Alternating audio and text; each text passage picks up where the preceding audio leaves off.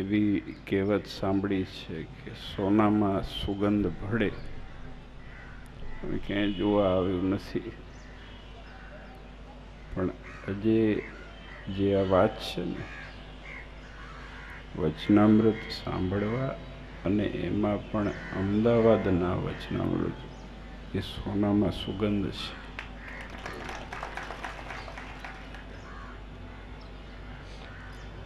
મહારાજે પ્રથમનું પહેલું વચનામૃત, જો આપણે બધાના છેડા ઉપરની વાત છે. બધાને દુનિયામાં વ્યાધિને ચિંતા હોય તો એક જ છે કે છેલ્લે શું થશે. જાણે અજાણે વિચાર તો આવે જ. માણસ બહુ દોડતો હોય કે આરામ કરતો હોય, ક્યારેક કોકના ઘરે બોમ્બ ફૂટતા હોય કે પાડોશમાં કંઈક થયું હોય, ત્યારે થાય એમ કે આ છેડો ક્યાં આપણા બધાનો. મહારાજે પહેલા જ વચનામૃતમાં આ જીવની ગતિ કેવી છે એની વાત કરી છે. એ ભગવાનનો ભક્ત ક્યાં જાય છે અને કેવી રીતે જાય છે, આનાથી શરૂઆત થઈ છે વચનામૃત. એટલે પાછળના જેટલા વચનામૃત છે એ આ પહેલું વચનામૃત સાર્થક કરવા માટેનું વચનામૃત છે, એનું પૂરણ છે. અને એમાં પણ અમદાવાદના વચનામૃતો જે છે એ તો અદ્ભુત છે, જેની અંદર મહારાજે હૃદય સ્પર્શી અને સ્પષ્ટ વાત કરી છે. તમે શાસ્ત્રી સ્વામી જોડે સાંભળો છો એટલે વધારે વાત પણ નથી કરવી.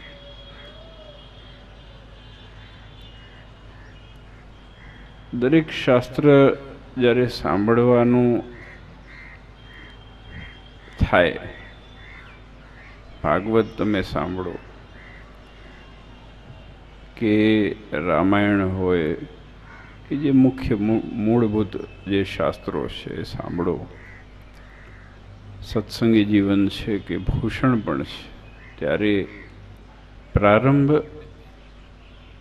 એ વક્તા અને શ્રોતાની પાત્રતાથી થાય છે.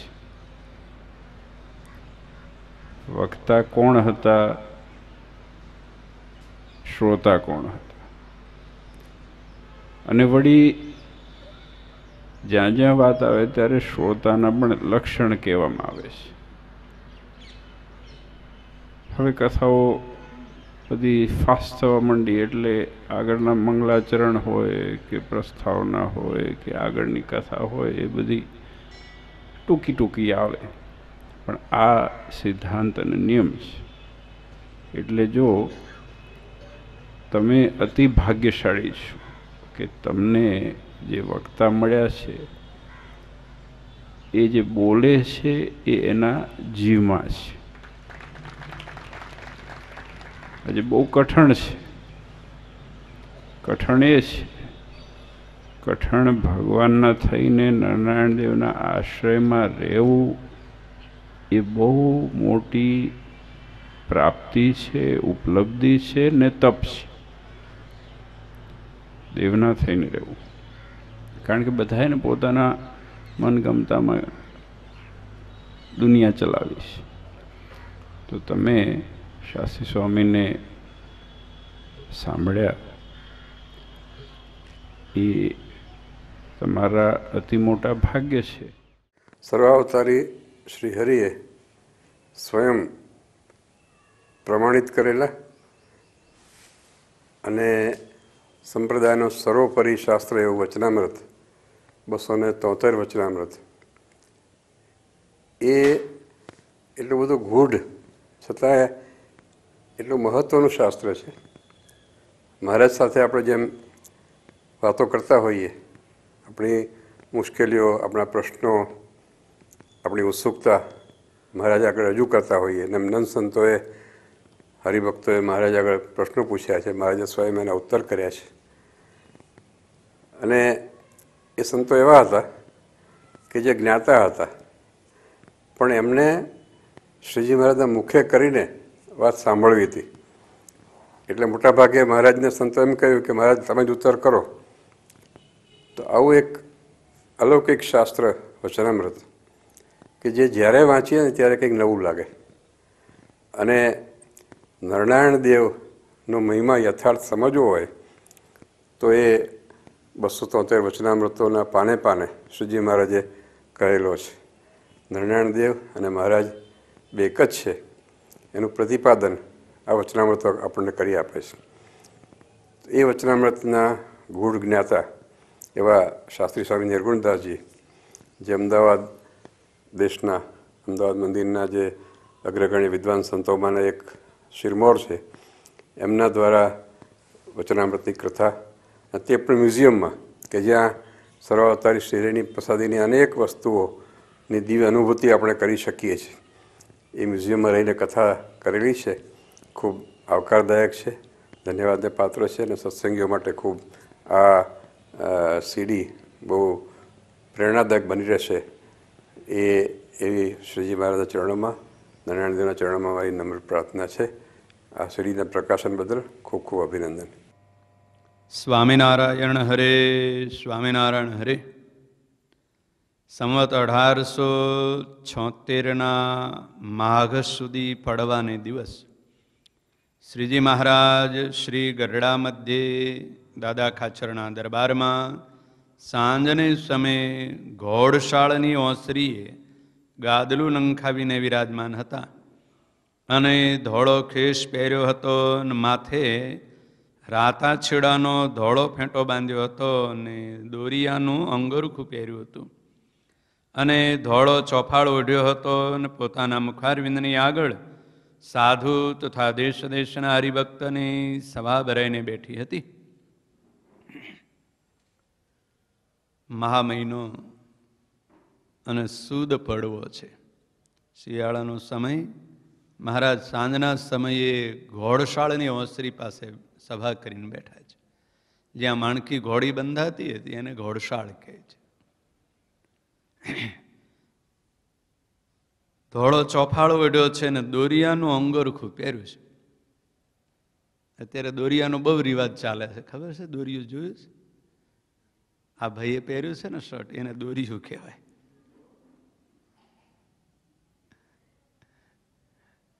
એવું અંગરખું હતું, એવા લીટાવાળું શર્ટ, અંગરખું મહારાજે પહેરેલું હતું.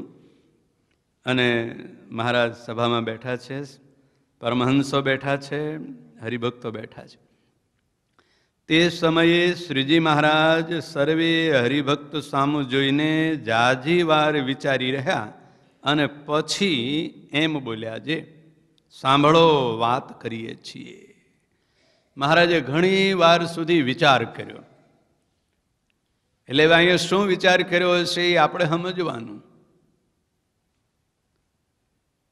કે આટલી મોટી સભા ભરાઈને બેઠી છે, જેમાં 500 પરમહંસો હોય, મુક્તાનંદ સ્વામી, ગોપાળાનંદ સ્વામી, બ્રહ્માનંદ સ્વામી, મહાનુભાવાનંદ સ્વામી, આનંદાનંદ સ્વામી જેવા સમર્થ વિદ્વાન સંતો હોય અને મોટી સંખ્યામાં હરિભક્તો બેઠા છે. પણ મહારાજને કંઈક કહેવું છે.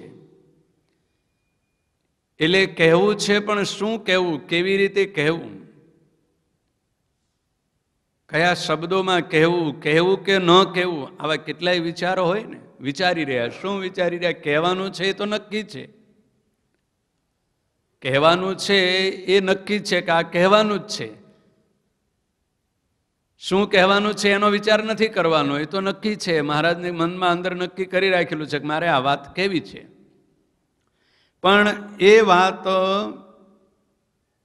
આ સાંભળનારા છે એમાંથી કોને હિત કરવા વાળી થશે, કોને સમજાશે, કોને નહીં સમજાય, કોનું કેટલું હિત થશે, એનો અર્થ કોણ કેવો સમજશે. કારણ કે એકની એક વાત હોય, સાંભળનારાની જેવી બુદ્ધિ એવો અર્થ કરે. એટલે વેદોની વાત આવે છે ને, બ્રહ્માજીએ બધા જ પૂછવા ગયા કે અમારે હવે શું કરવું. એમાં દેવતાઓ હતા, દાનવો હતા, માનવો હતા, ઋષિ મુનિઓ હતા. અને બધાને પૂછ્યું કે પિતામહ બ્રહ્માજી, અમને કંઈક ઉપદેશ આપો. બહુ સ્તુતિ કરી ત્યારે બ્રહ્માજીના મુખમાંથી ખાલી એક જ શબ્દ નીકળ્યો, દો.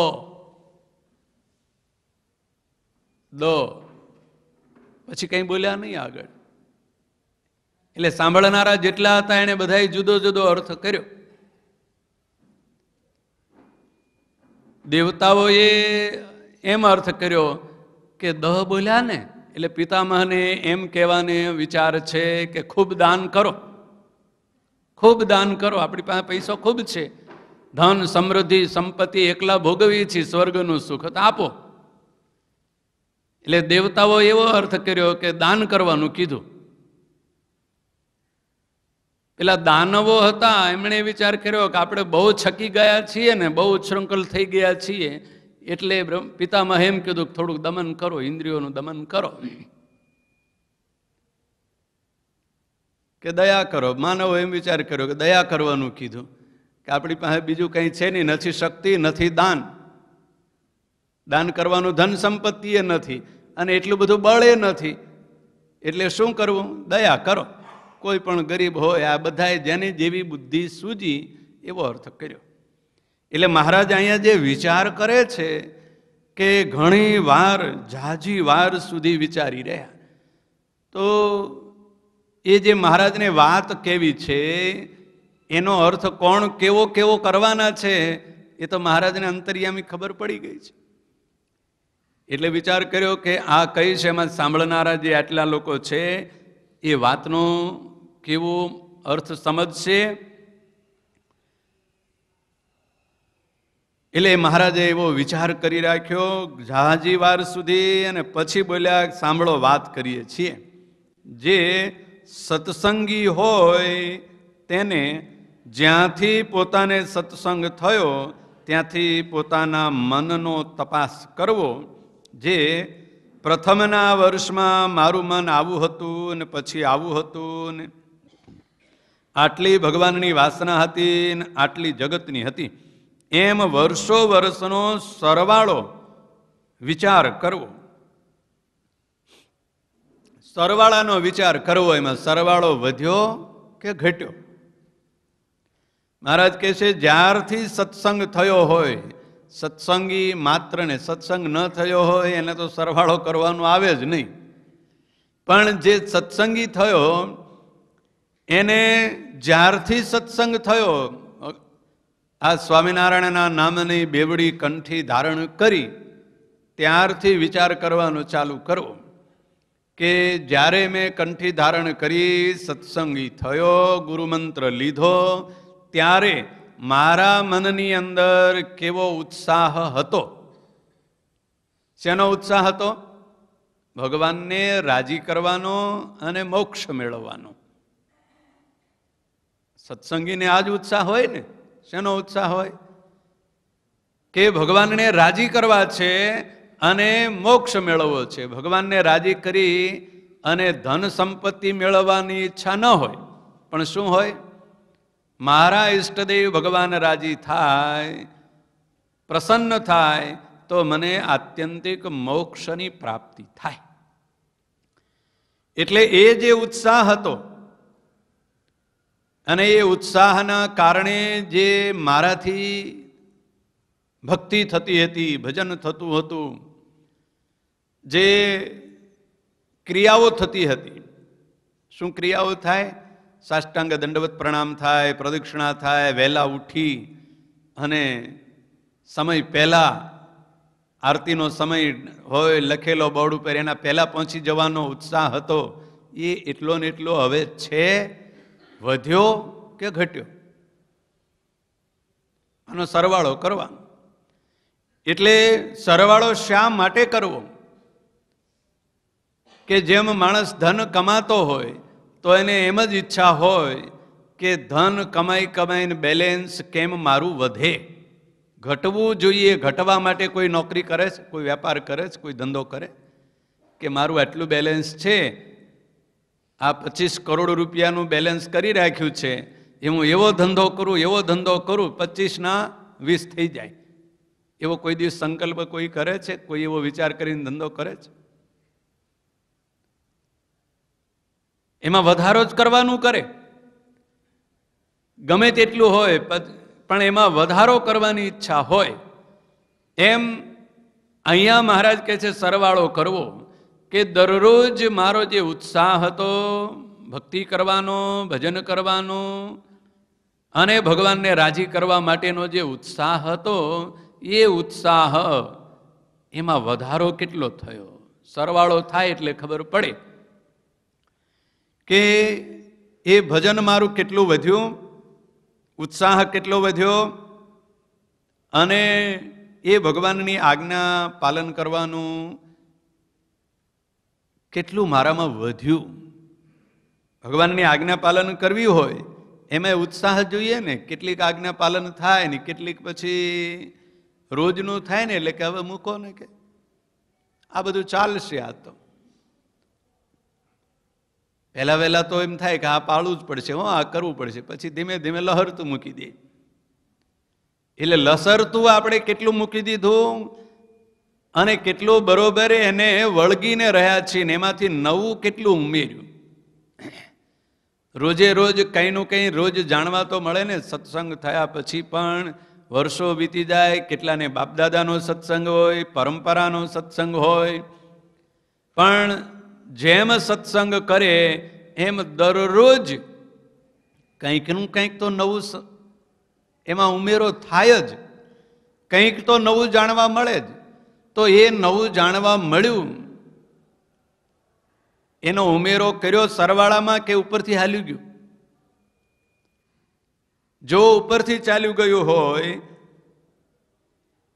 અને સરવાળામાં ઉમેરો ન થયો હોય, એટલે કે આપણા જીવનમાં, આપણા આચરણમાં અને આપણા વર્તનમાં જે નવું સાંભળવા મળ્યું, નવું જાણવા મળ્યું, નવું જોવા મળ્યું, એનો ઉમેરો ન થયો હોય તો એ સાંભળેલું, જાણેલું શું કામમાં આવે?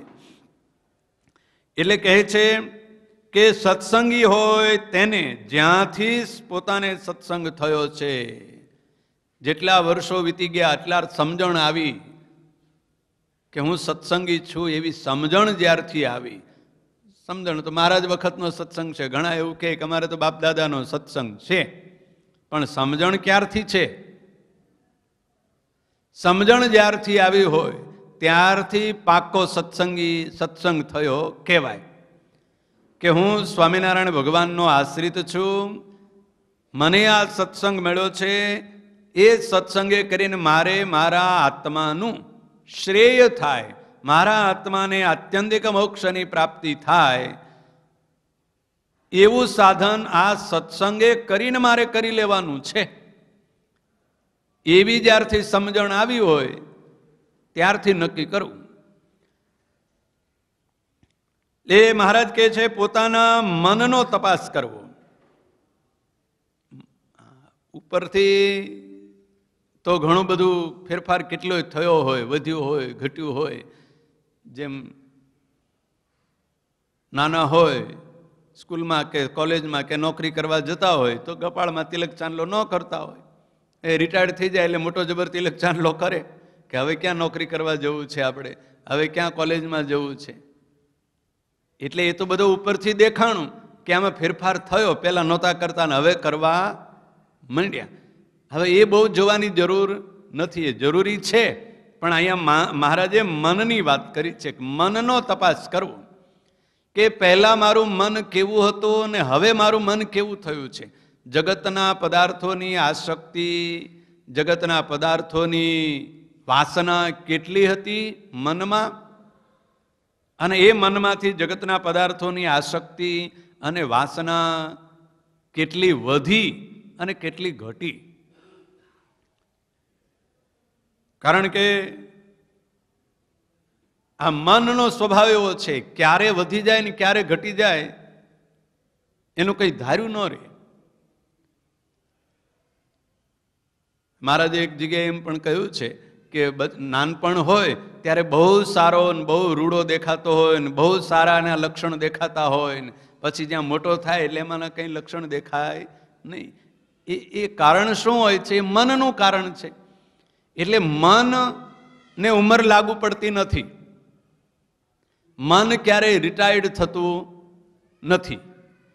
એટલે મહારાજે અહીં શું લખ્યું કે મનનો તપાસ કરવો, કે મારું મનમાં જે આસક્તિ હતી, જે વાસના હતી જગતના પદાર્થોની, વિષય ભોગની, વૈભવોની અને મમતા, આ મારું હવે એ ત્યાં વધારે આવીને અટકી જાય. કારણ કે જેમ શરીરની ઉંમર થાય એમ શરીરની સાથે જોડાયેલા મારા પદાર્થો વધી જાય.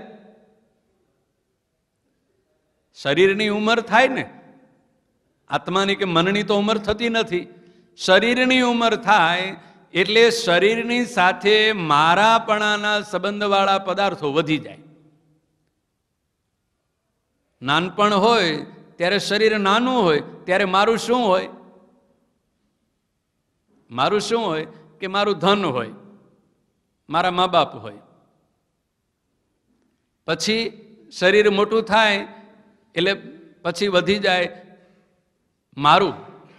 ઓલા બે તો રહે જ, એમાં વધારે ઘટાડો થયા કરે, પણ બીજું વધી જાય મારું કુટુંબ, મારી પત્ની, મારો પતિ, મારા પુત્રો, આ મારું વધતું જાય. પછી એમાંથી પુત્રોમાંથી આગળ વધે, 1 2 3 4 તો હોય જ. પછી આગળ વધે પૌત્રો, આ મારા પૌત્રો છે, મારા દીકરાના દીકરાઓ છે, હા દીકરીના દીકરાઓ છે, આ વધે આગળ, આ મારું વધે.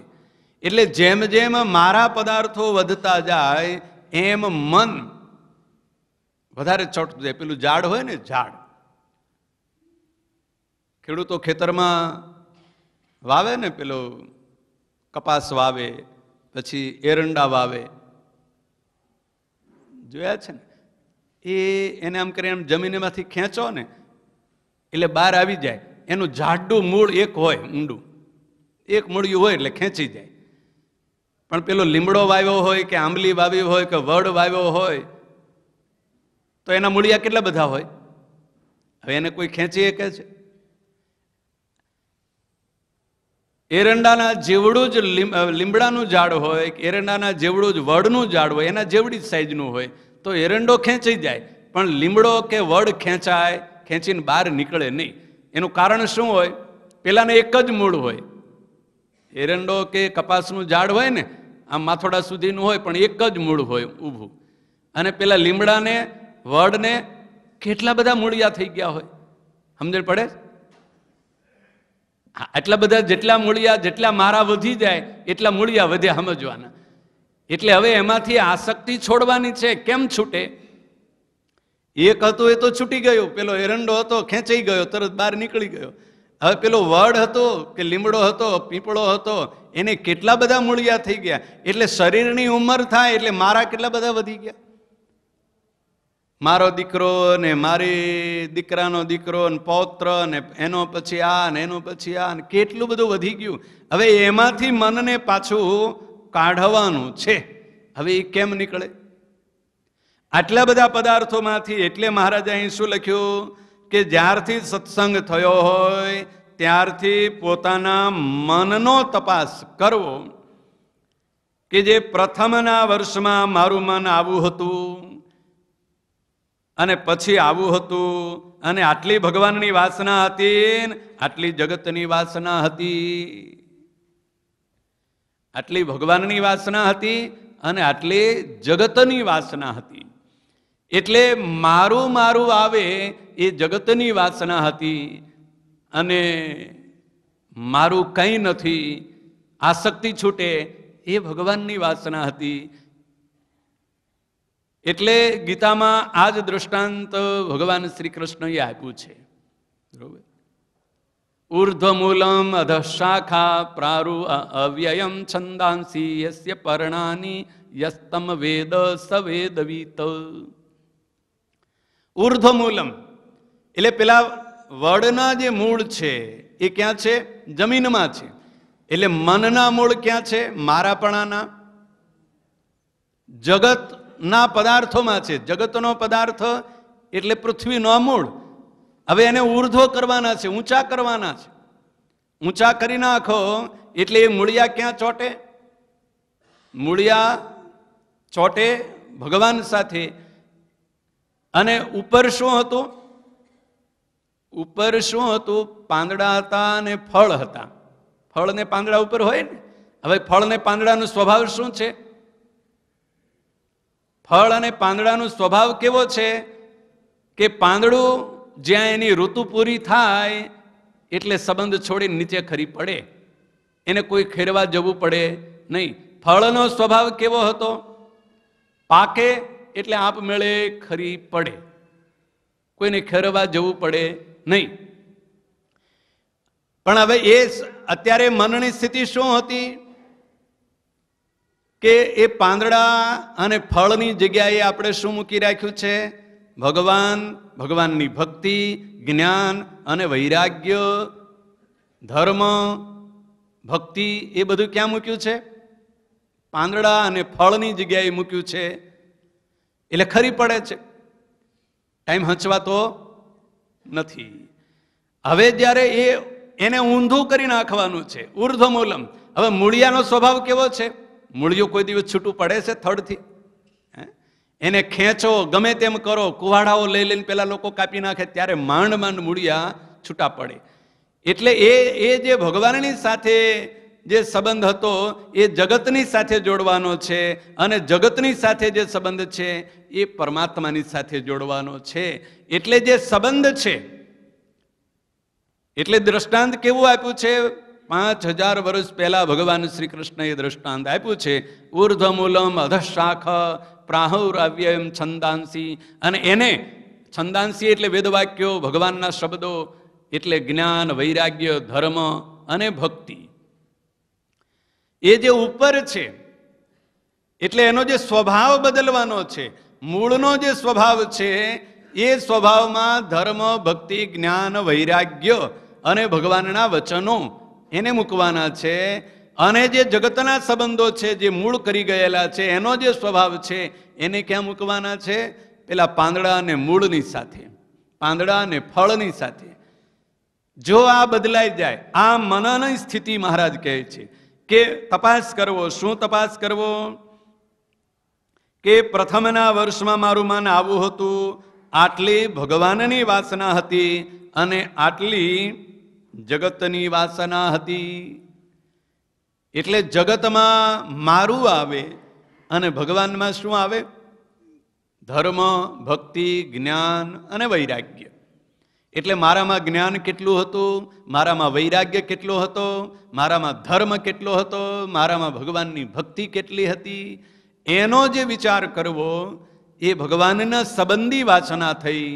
અને પેલામાં મારી પાસે એટલું ધન હતું, મારી પાસે આટલો જોબ હતો, મારી પાસે આટલી મિલકત હતી, આટલી મોટી મોટી ધંધો હતો, અને આટલો થયો, વધ્યો એમાં, ઘટ્યો એમાં, એનો કેવો હિસાબ રાખીએ છીએ? દર વર્ષે એનું સરવૈયું નીકળે ને દર વર્ષે એનું એસેસમેન્ટ કરવામાં આવે ને કેટલું વધ્યું ને કેટલું ઘટ્યું.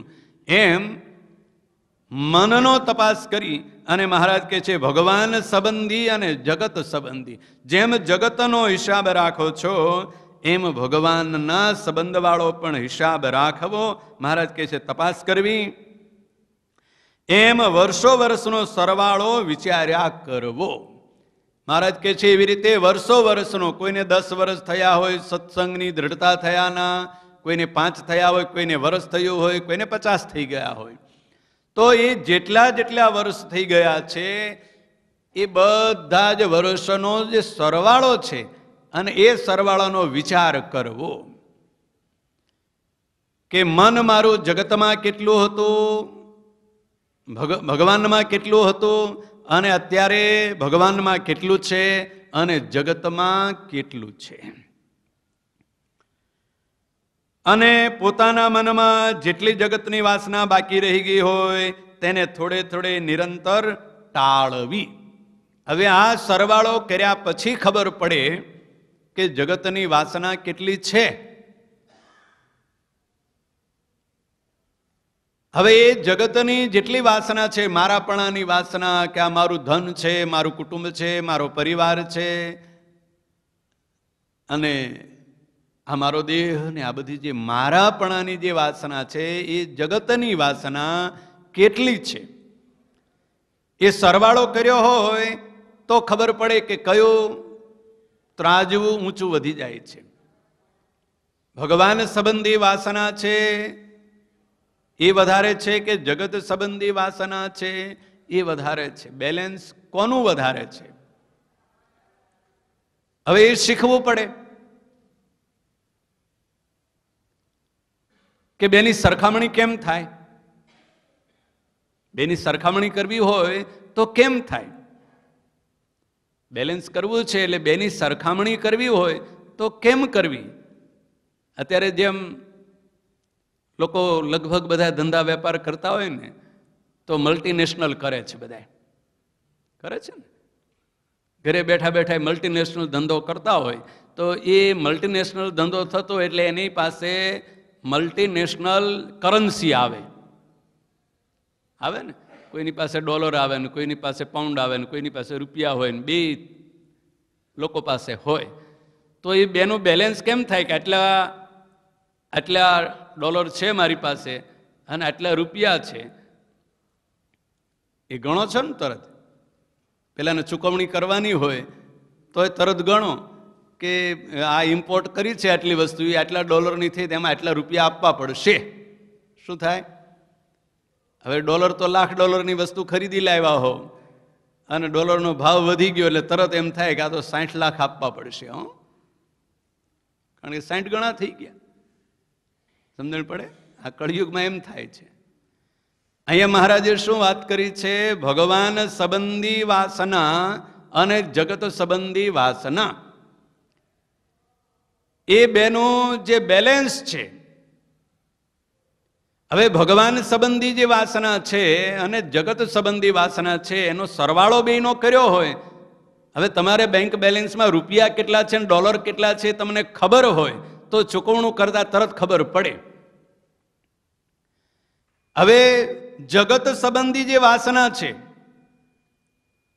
એ જગત સંબંધી વાસના અને ભગવાન સંબંધી વાસના, એ બેલેન્સ બરોબર થાય છે? કોઈ દિવસ કર્યું છે કે હું મારા દેહની પાછળ, મારા કુટુંબની પાછળ, ધન કમાવા પાછળ, માન સન્માન મેળવવા પાછળ 24 કલાકમાંથી કેટલા કલાકનો ઉપયોગ કરું છું અને ભગવાનને રાજી કરવા માટે કેટલા કલાકનો ઉપયોગ થાય છે?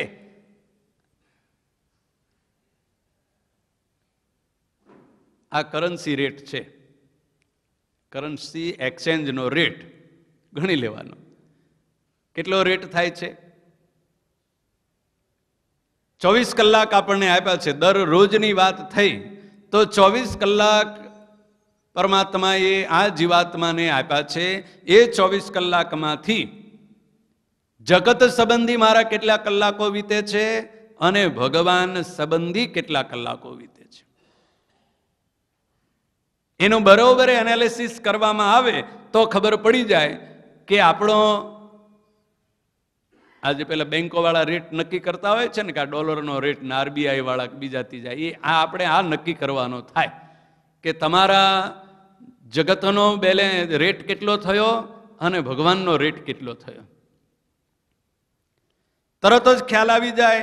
એટલે મહારાજ અહીં એ કહે છે કે મનનો તપાસ કરવો. કે શું તપાસ કરવો?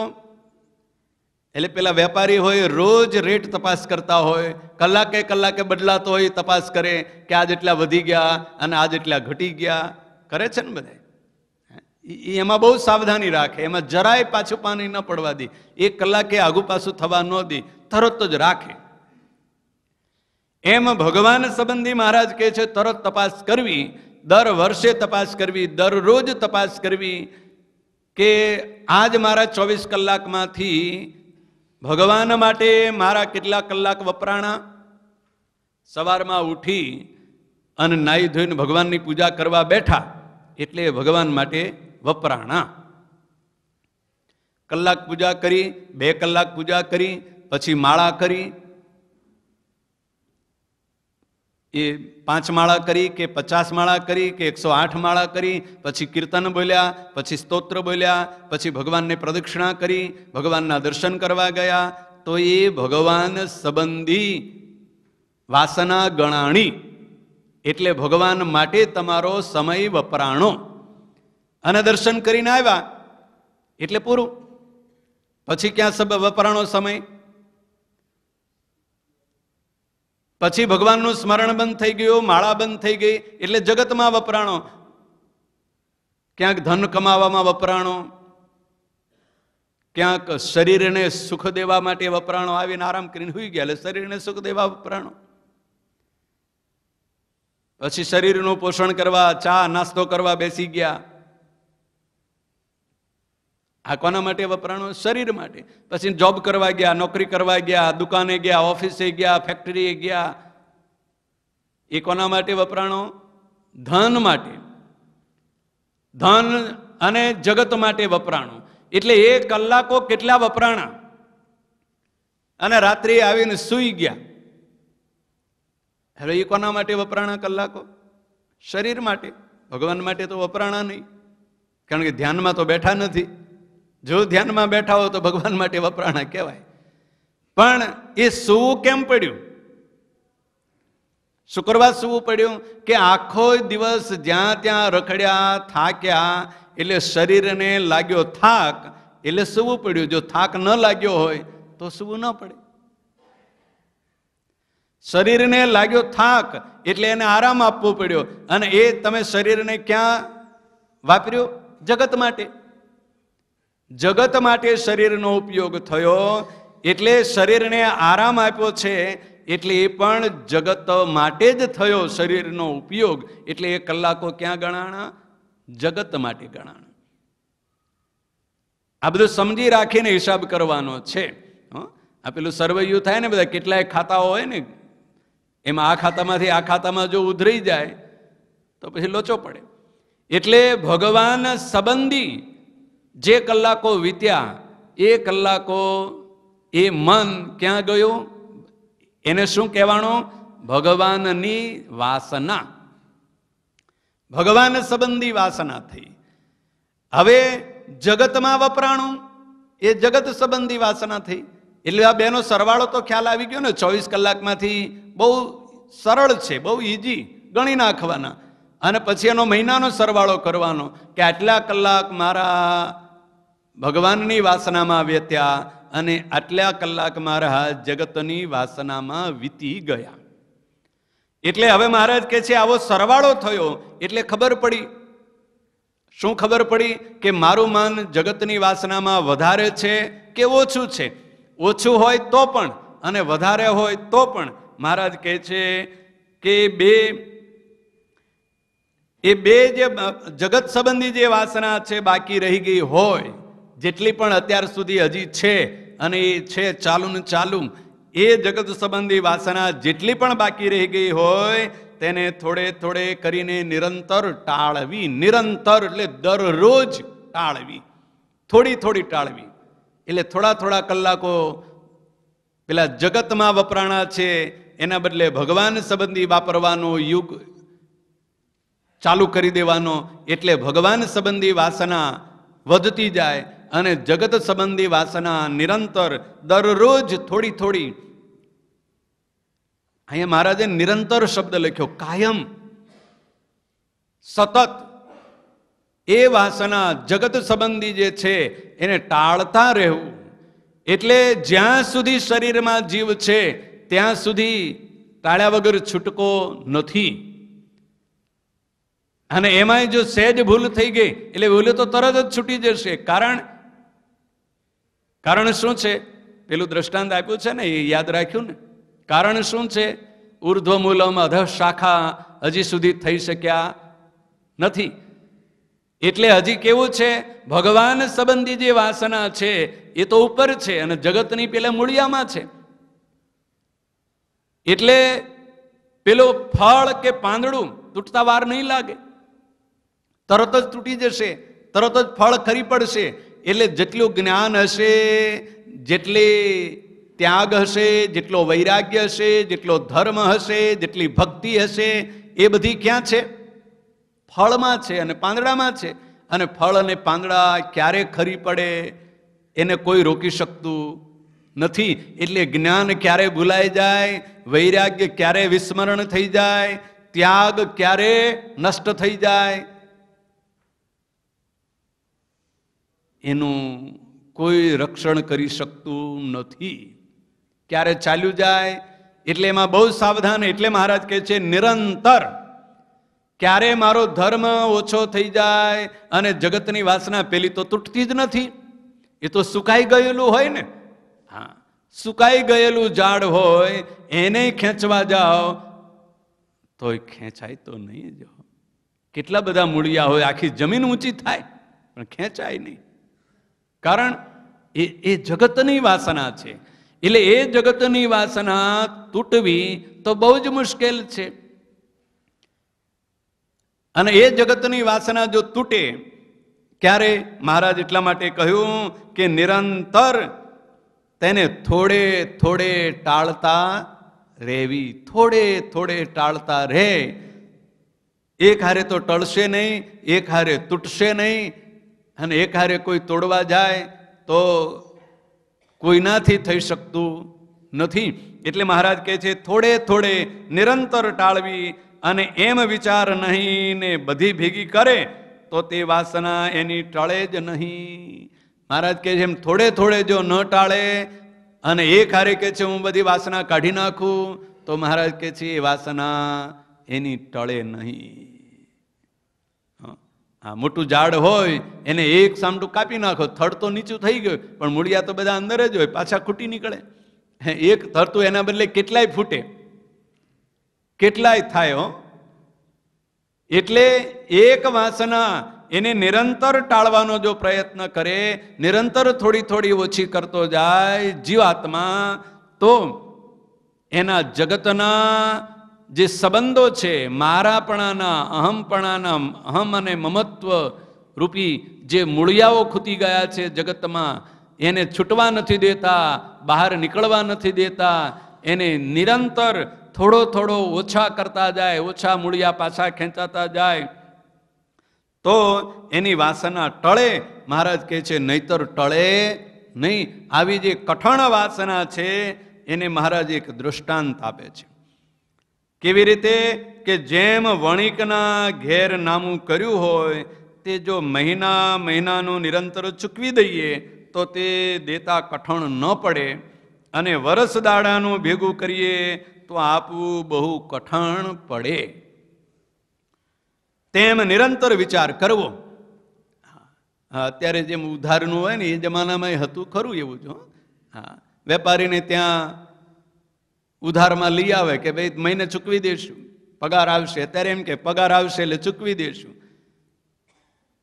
રિટાયર્ડ થઈ ગયા એમ કે વ્યાજનો હપ્તો આવશે એટલે ચૂકવી દઈશું. હા, જે કંઈ આવતું હોય એને ચૂકવી દેવાની વાત હોય, પણ એ મહિને જો ચૂકવાઈ જાય તો બહુ વાંધો આવે નહીં. દૂધ લાવતા હોય પેલા દૂધવાળાને ત્યાંથી કે મહિને ભેળું કરજે પછી આપી દઈશું. એટલે મહિને કે છે હા તમે રોજ 2 લીટર લઈ જતા હતા અને 1.5 લીટર લઈ જતા હતા અને આજે 2 લીટર લઈ ગયા, અને મહિનાનું તો યાદ રહ્યું હોય. એ મહિને તમે થયું 60 લીટરનું થયું, લાવો 60 લીટરના પૈસા.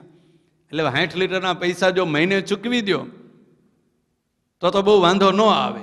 12 મહિનાના ભેળા કરો તો પેલો તો એમ જ કે 12 મહિનાના થયા એટલે હવે 12 મહિનાના 60 થતા હતા એના બદલે એમ જ કે તમારે તો આટલા થયા છે. એટલે હવે 12 મહિનાનું યાદે ન હોય. હોય યાદ કે તમારે ત્યાં ફલાણો પ્રસંગ આવ્યો હતો ને તમારે ત્યાં તમારા બાપાનું શ્રાદ્ધ આવ્યું હતું ને તમારે ત્યાં દીકરાના લગ્નનો પ્રસંગ આવ્યો હતો ને તમારે ત્યાં પેલા ભાણીનો પ્રસંગ આવ્યો હતો ને તમારે ત્યાં પેલા મહેમાન આવ્યા હતા ને ત્યારે તમે આટલું વધારે લઈ ગયા ને એટલું આમ લઈ ગયા. એટલે આખા મહિનાનો સરવાળો કરી અને આપે 700 લીટર થતું એને બદલે 1000 લીટરનો આપે તો તમારે 1000 તો આપવા જ પડે ને. 1000 લીટરના આપો એટલે થયા કેટલા મોટી રકમ. હવે એટલું બેંકમાં બેલેન્સ ન હોય, ખીચામાં ન હોય, મહિનાનું તો હોય. તો મહિનાનું જો આપી દીધું હોય તો 2 ફાયદા.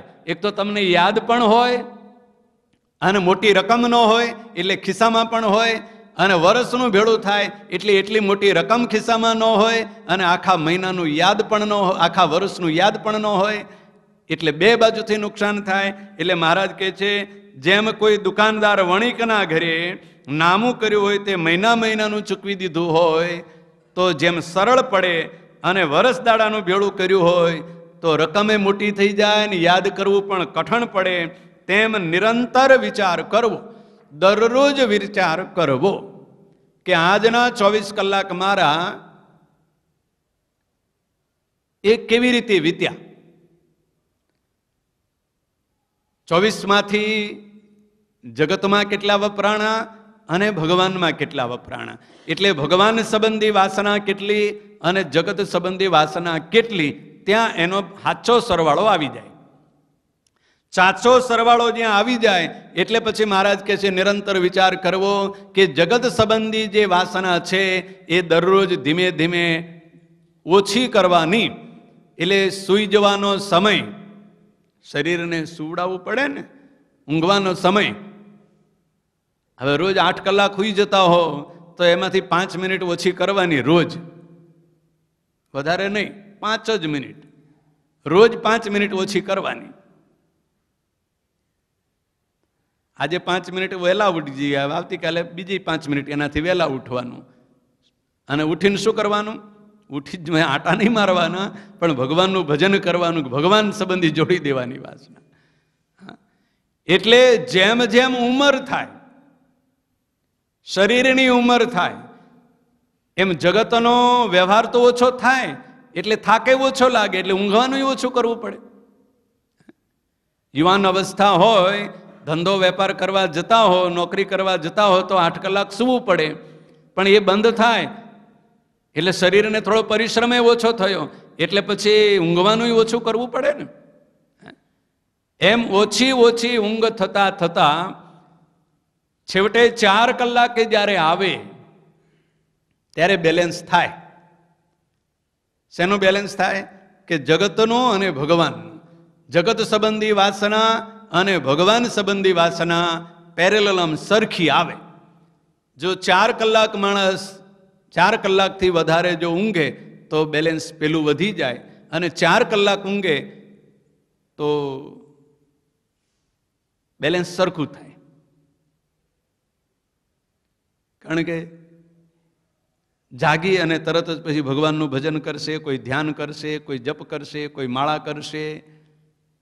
એટલે ઓછામાં ઓછા 10 કલાક એને સમય મળશે, અને બાકીના 10 રહ્યા એ તો જગતમાં પાછા જવાના. કેમ છો? જાગ્યા? બેઠા થયા? શું કરો છો? આ 10 કલાક એમાં જવાના. આ 10 કલાક એમાં જાય એટલે જગત સંબંધી ગયા, અને 10 કલાક ભગવાન સંબંધી ગયા, એટલે બેલેન્સ સરખું થયું. પણ એમાં જો સુવાનો ટાઈમ વધી જાય તો ઓલો વધી જાય બેલેન્સ. એટલે જગત સંબંધી, એટલે મહારાજ કહે છે જગત સંબંધી જે વાસના છે એને નિરંતર ટાળવા, થોડે થોડે ટાળવાનું. એટલે આપણે સીધો 1 કલાક વહેલા ઉઠશું એવું ન કહેવાય કોઈને. એટલે 5 મિનિટ 5 મિનિટ વહેલા જાગવાનું, 5 મિનિટ મોડા સૂવાનું. એક દિવસ 5 મિનિટ વહેલા જાગવું તો એક દિવસ 5 મિનિટ મોડા સૂવું. પણ મોડા સૂઈને પછી ટીવી નહીં જોવાનું, પણ માળા ફેરવવાની 5 મિનિટ. 5 મિનિટ ભગવાનની માળા ફેરવી. દરરોજ માળા ફેરવતા હોય એ ટાઈમે જ માળા 5 ફેરવે ને બધા. સાંજે સૂઈ જતી તો મહારાજની આજ્ઞા છે, બધું કામ પરવારી રહ્યા.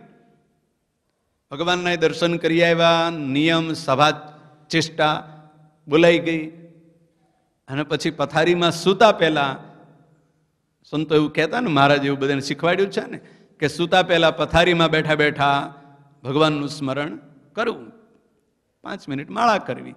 તો એ બરોબર કે 10 વાગ્યા સુધી કરવાની છે ને 10 વાગે સૂઈ જાઓ, તો એ 10ના બદલે 10 ને 5 સુધી કરવાની એક દિવસ. અને બરોબર સવારે 4 વાગે જાગવાનો નિયમ હોય કે 5 વાગે જાગતા હો તો 5 ને 5 મિનિટની વાર હોય ત્યારે જાગી જવાનું એક દિવસ, અને એક દિવસ 5 મિનિટ મોડા સૂવાનું, બીજા દિવસે વળી પાછું 5 મિનિટ વહેલા જાગવાનું અને 5 મિનિટ મોડા સૂવાનું. ખ્યાલ આવે છે? જો આમ કરવામાં આવે એને કહેવાય નિરંતર પેલી વાસના, જગત સંબંધી જે વાસના છે એને ટાળવાનો પ્રારંભ કર્યો કહેવાય. એટલે એને નિરંતર ટાળતા રહેવું. એને એ મહારાજ કહે છે જો આવું ન થાય તો પેલા વાણિયાની દુકાનનું મહારાજે દ્રષ્ટાંત આપ્યું કે જેમ નામું માંડ્યું હોય અને મહિને મહિને જો ન ચૂકવીએ, દરરોજ 5-5 મિનિટ બે બાજુ સવાર સાંજ આગી પાછી ન થવા માંડે તો પછી એ ખામટું કોઈ કહે છે હવે તમારે વહેલા રોજ 3 વાગે ઉઠી જ જવું. આ તો બહુ અઘરું પડે, બહુ અઘરું પડે. 7 વાગે ઉઠવાનું કાયમની ટેવ પડી હોય અને કે હું 3 વાગે જાગી જઈશ તો અઘરું પડે. કોઈને માથું ચડી જાય ને કોઈને ચક્કર આવવા મળે ને કોઈને ઝોકા આવવા મળે ને. એટલે રોજ 5-5 મિનિટ બે બાજુથી કાપતા જવાની, ઊંઘવાના ટાઈમમાંથી અને જાગવાના ટાઈમમાંથી 5-5 મિનિટ કપાતી જાય. એને થોડે થોડે મહારાજ કહે છે થોડે થોડે નિરંતર એ જગત સંબંધી જે વાસના છે એને ટાળતા રહેવું અને ભગવાન સંબંધી જે વાસના એને વધારતા રહેવું. એટલે ભગવાન સંબંધી જે વાસના એટલે ભગવાનના સ્વરૂપનું જે જ્ઞાન, ધર્મનું જ્ઞાન, ધર્મનું આચરણ, ભગવાનની ભક્તિ, નવધા ભક્તિ, એકાંતિકી ભક્તિ. એટલે બીજી જાજી કાંઈ લાભ ન આવડે તો હાથમાં માળા લઈને સાંજે ને સવારે વધારે બેસી જવાનું, 5 માળા વધારે ફેરવવાની, 5 મિનિટ વધારે ભગવાનનું સ્મરણ ધ્યાન કરવાનું, ભક્તિ કરવાની. એટલે એ જે નિરંતર વિચાર કરવો અને એવો જો નિરંતર વિચાર ન કરે તો એક સામટું જ્યારે કરવાનો વારો આવે, અર્થાત દેહ છોડવાનો વારો આવે ત્યારે એક સામટું છોડવું પડે ને. છૂટે પછી ન છૂટે એટલે શું થાય? એ વાસના ન છૂટે એટલે શું થાય? ભગવાનના ધામમાં જવા મળે નહીં. પાછી જ્યાં વાસના ચોટેલી હોય ત્યાં જન્મ ધારણ કરવો પડે. કોના જેમ? પેલા ભરતજીના જેમ. મૃગલામાં વાસના રહી, મારું મૃગલું, અને છેવટે એ યાદ આવ્યું તો ભરત જેવા ભરત ઋષિ ચક્રવર્તી સમ્રાટમાંથી મહાન ઋષિ બન્યા તો એવા ઋષિને પણ મૃગલું બનવું પડ્યું, પશુનો દેહ મળ્યો. એમ આ જીવાત્માને જો જગતની વાસના ન તૂટી હોય અને એવો નિરંતર અભ્યાસ ન કરે તો વળી પાછો ક્યાંક, ભરતજીને તો મૃગલાનો દેહ મળ્યો તો કંઈક સારો કહેવાય પશુના દેહમાં પણ, બીજા બધા પશુ કરતા. ક્યાંક ભૂંડણાનો દેહ મળ્યો હોય, ક્યાંક કૂતરાનો કે ક્યાંક બિલાડાનો દેહ મળ્યો હોય તો કેટલું બધું પાપ કરવા માંડે. પેલું મૃગલું હતું તો ઘાસ જ ખાય, પાપ તો ન થાય બીજું. એટલે દેહ કંઈક સારો કહેવાય.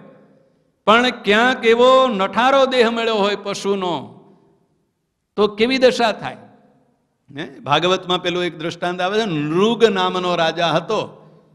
હવે એ નૃગ રાજાને એક નિમિષ માત્ર ના સમય પૂરતું એને પાપી દેહ ધારણ કરવાનું હતું. આખી જિંદગી તો પુણ્ય જ કર્યું હતું, પુણ્ય જ કર્યું હતું. એક નિમિષ માત્રના સમય પૂરતું એને પાપી દેહ ધારણ કરવો પડે એટલો એનો અપરાધ હતો. એટલે પેલા નૃગ રાજાને એમ થયું કે પછી તો કઈ સુખ સુખ ને સુખ જ છે ને. એટલે યમરાજાને કહે છે કે પહેલા આ પાપ ભોગવી લેવા દો ને કે. એટલે કાચંડાનો દેહ મળ્યો. એટલે જ્યાં કાચંડાનો દેહ આવ્યો એટલે દેહ તો જેવો મળે એટલે દેહ તો તરત જ, આ તો રાજા હતો એટલે નાનો કાચંડો તો થાય નહીં ને, મોટો થાય ને. અને જેવું મોટું શરીર એવો મોટો ખોરાક જોઈએ. એટલે જ્યાં કાચંડાનો દેહ મળ્યો એટલે તરત અંદર ભૂખ ઉપડીને કેટલાય જીવ જંતુઓનો આહાર કરી ગયો. એટલે તરત પેલું વધવા માંડ્યું, આમ આ મીટર વધવા માંડ્યો. હા, પારો તરત ઊંચો ચડવા મળી પડે. ટેમ્પરેચરનો પારો હોય ને, પેલું થર્મોમીટર તાવ માપવાનું હોય ને, તરત ઊંચવા ચડવા મળે ને, ઊંચું ચડવા મળ્યું. તરત જ ઊંચું ચડવા મળ્યું ને પછી તો હે મોટો જબર થઈને કાચંડો પડ્યો કૂવામાં. પણ સત્કર્મ એટલા બધા અને ભગવાનની ભક્તિ એટલી બધી કરી હતી તો ભગવાન શ્રી કૃષ્ણની દ્રષ્ટિ પડી અને દ્વારકાધીશ ભગવાન શ્રી કૃષ્ણએ નૃગને કાચંડાના દેહમાંથી છોડાયો. હવે આપણે તો એટલી બધી ભક્તિ કરી હશે કે નહીં કરી હોય, એવી ભક્તિ કરી હોય, ભગવાન તો દયાળુ છે, પણ એના જેટલી ભક્તિ કે એના જેટલું સત્કર્મ તો આપણે કરી શકવાના નથી જ. તો ભગવાન ક્યાંથી આવે છોડાવવા? એટલે સાવધાન રહેવું પડે. શું સાવધાન રહેવું પડે? કે આપણી જગતની વાસના વધી ન જાય. અને એ જગતની વાસના જો વધી જાય અને ભગવાનની વાસના ઘટી જાય તો આ મનુષ્ય દેહ મળ્યો છે એ મનુષ્ય દેહ નિરર્થક ચાલ્યો જાય. અને ભગવાનના ધામમાં જવાની કે આ જીવાત્માને મોક્ષ પ્રાપ્ત કરવાની જે શાસ્ત્રોએ આજ્ઞા કરી છે આ મનુષ્ય દેહ મેળવી, અને એ આજ્ઞાનું પાલન થઈ શકે નહીં અને આ જીવાત્માને આત્યંતિક મોક્ષની પ્રાપ્તિ થઈ શકે નહીં. એટલે મહારાજ કહે છે સત્સંગી થયો એને જ્યારથી સત્સંગ થયો ત્યારથી હિસાબ કરવાનું ચાલુ કરી દેવું. અને એ વર્ષે દાડે જો હિસાબ કરે તો કઠણ પડે, એટલે રોજે રોજનો હિસાબ કરે, નિરંતર કરવો. અને મન છે તે જગતની વાસના એ કરીને વાસિત છે. એટલે હવે એ મનની જે સ્થિતિ છે એ સ્થિતિનો મહારાજ એનું કેવું પરિસ્થિતિ છે એનું ડેફિનેશન એને કહેવાય ને. શું કહેવાય કે મન કેવું છે એને મહારાજ ઓળખાવતા કહે છે કે મન છે ને તે જગતની વાસના એ કરીને વાસિત છે. કેવી રીતે? હવે સમજણ પડી. મનમાં શું છે? મનમાં સતત જગત ભરાયેલું છે. હવે એની જ એમાં વાસ આવે છે એટલે ગંધ આવે છે. મનમાં શેની ગંધ આવ્યા કરે છે? સતત જગતની, વિષય ભોગની, ધન સંપત્તિની, વૈભવોની, ऐश આરામની, સુખની. મનને કોઈ દિવસ એમ થાય કે હું થોડું દુઃખ ભોગવી લઉં? થાય છે? કોઈ દિવસ ન થાય. ગમે તેવો બળવાન મનવાળો હોય એને તરત એમ થાય કે હું સુખ જ ભોગવી લઉં. અહીંયા દુઃખ પડે છે તરત ભાગે મન ત્યાં. ક્યાં? અહીંયા કષ્ટ પડે છે એટલે મન તરત ભાગશે ત્યાંથી. પલાઠી વાળીને બેઠા હોઈએ અને પગને સહેજ આમ કષ્ટ પડવા મળે એટલે મન ત્યાંથી તરત ભાગે. ભાગો, અહીંયા તો કષ્ટ પડે છે એટલે તરત પગ લાંબો કરે. હા, અહીંયા સુખ છે. આ સામાન્ય, આ મનની વાત છે હો. તમે કોઈ લાંબો પગ કરો એનું નથી કહેતો હું, પણ મનની વાત છે. આ સમજવાની વાત છે કે આ મનની વાત છે. મનને શું જોઈએ? જગતની વાસના. એટલે જગતમાં શું જોઈએ? સુખ જોઈએ, વિષય ભોગ જોઈએ, વૈભવ જોઈએ. અને મન તરત જ ત્યાં જાય. ક્યાં જાય? સુખ તરફ જાય, વૈભવ તરફ જાય અને અનેક પ્રકારના વિષય ભોગ તરફ મન જાય. એટલે મનમાં શેની ગંધ આવે છે?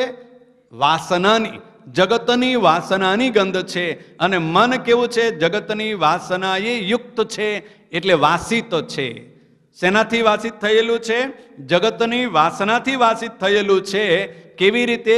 આ મહારાજ પાછું દ્રષ્ટાંત આપે. જેમ ફૂલે કરીને તિલ વસાય છે તેમ મનને ભગવાનના જે ચરિત્ર તેનું જે મહિમાએ સહિત નિત્ય સ્મરણ તે રૂપ ફૂલને વિશે વાસવું. હવે જેમ તેલ છે, તેલને સુવાસિત કરવું હોય તો શું કરવું પડે? ફૂલે કરી એને વાસિત કરવું પડે. અત્તર આવે છે ને, અત્તર જોયું છે ને?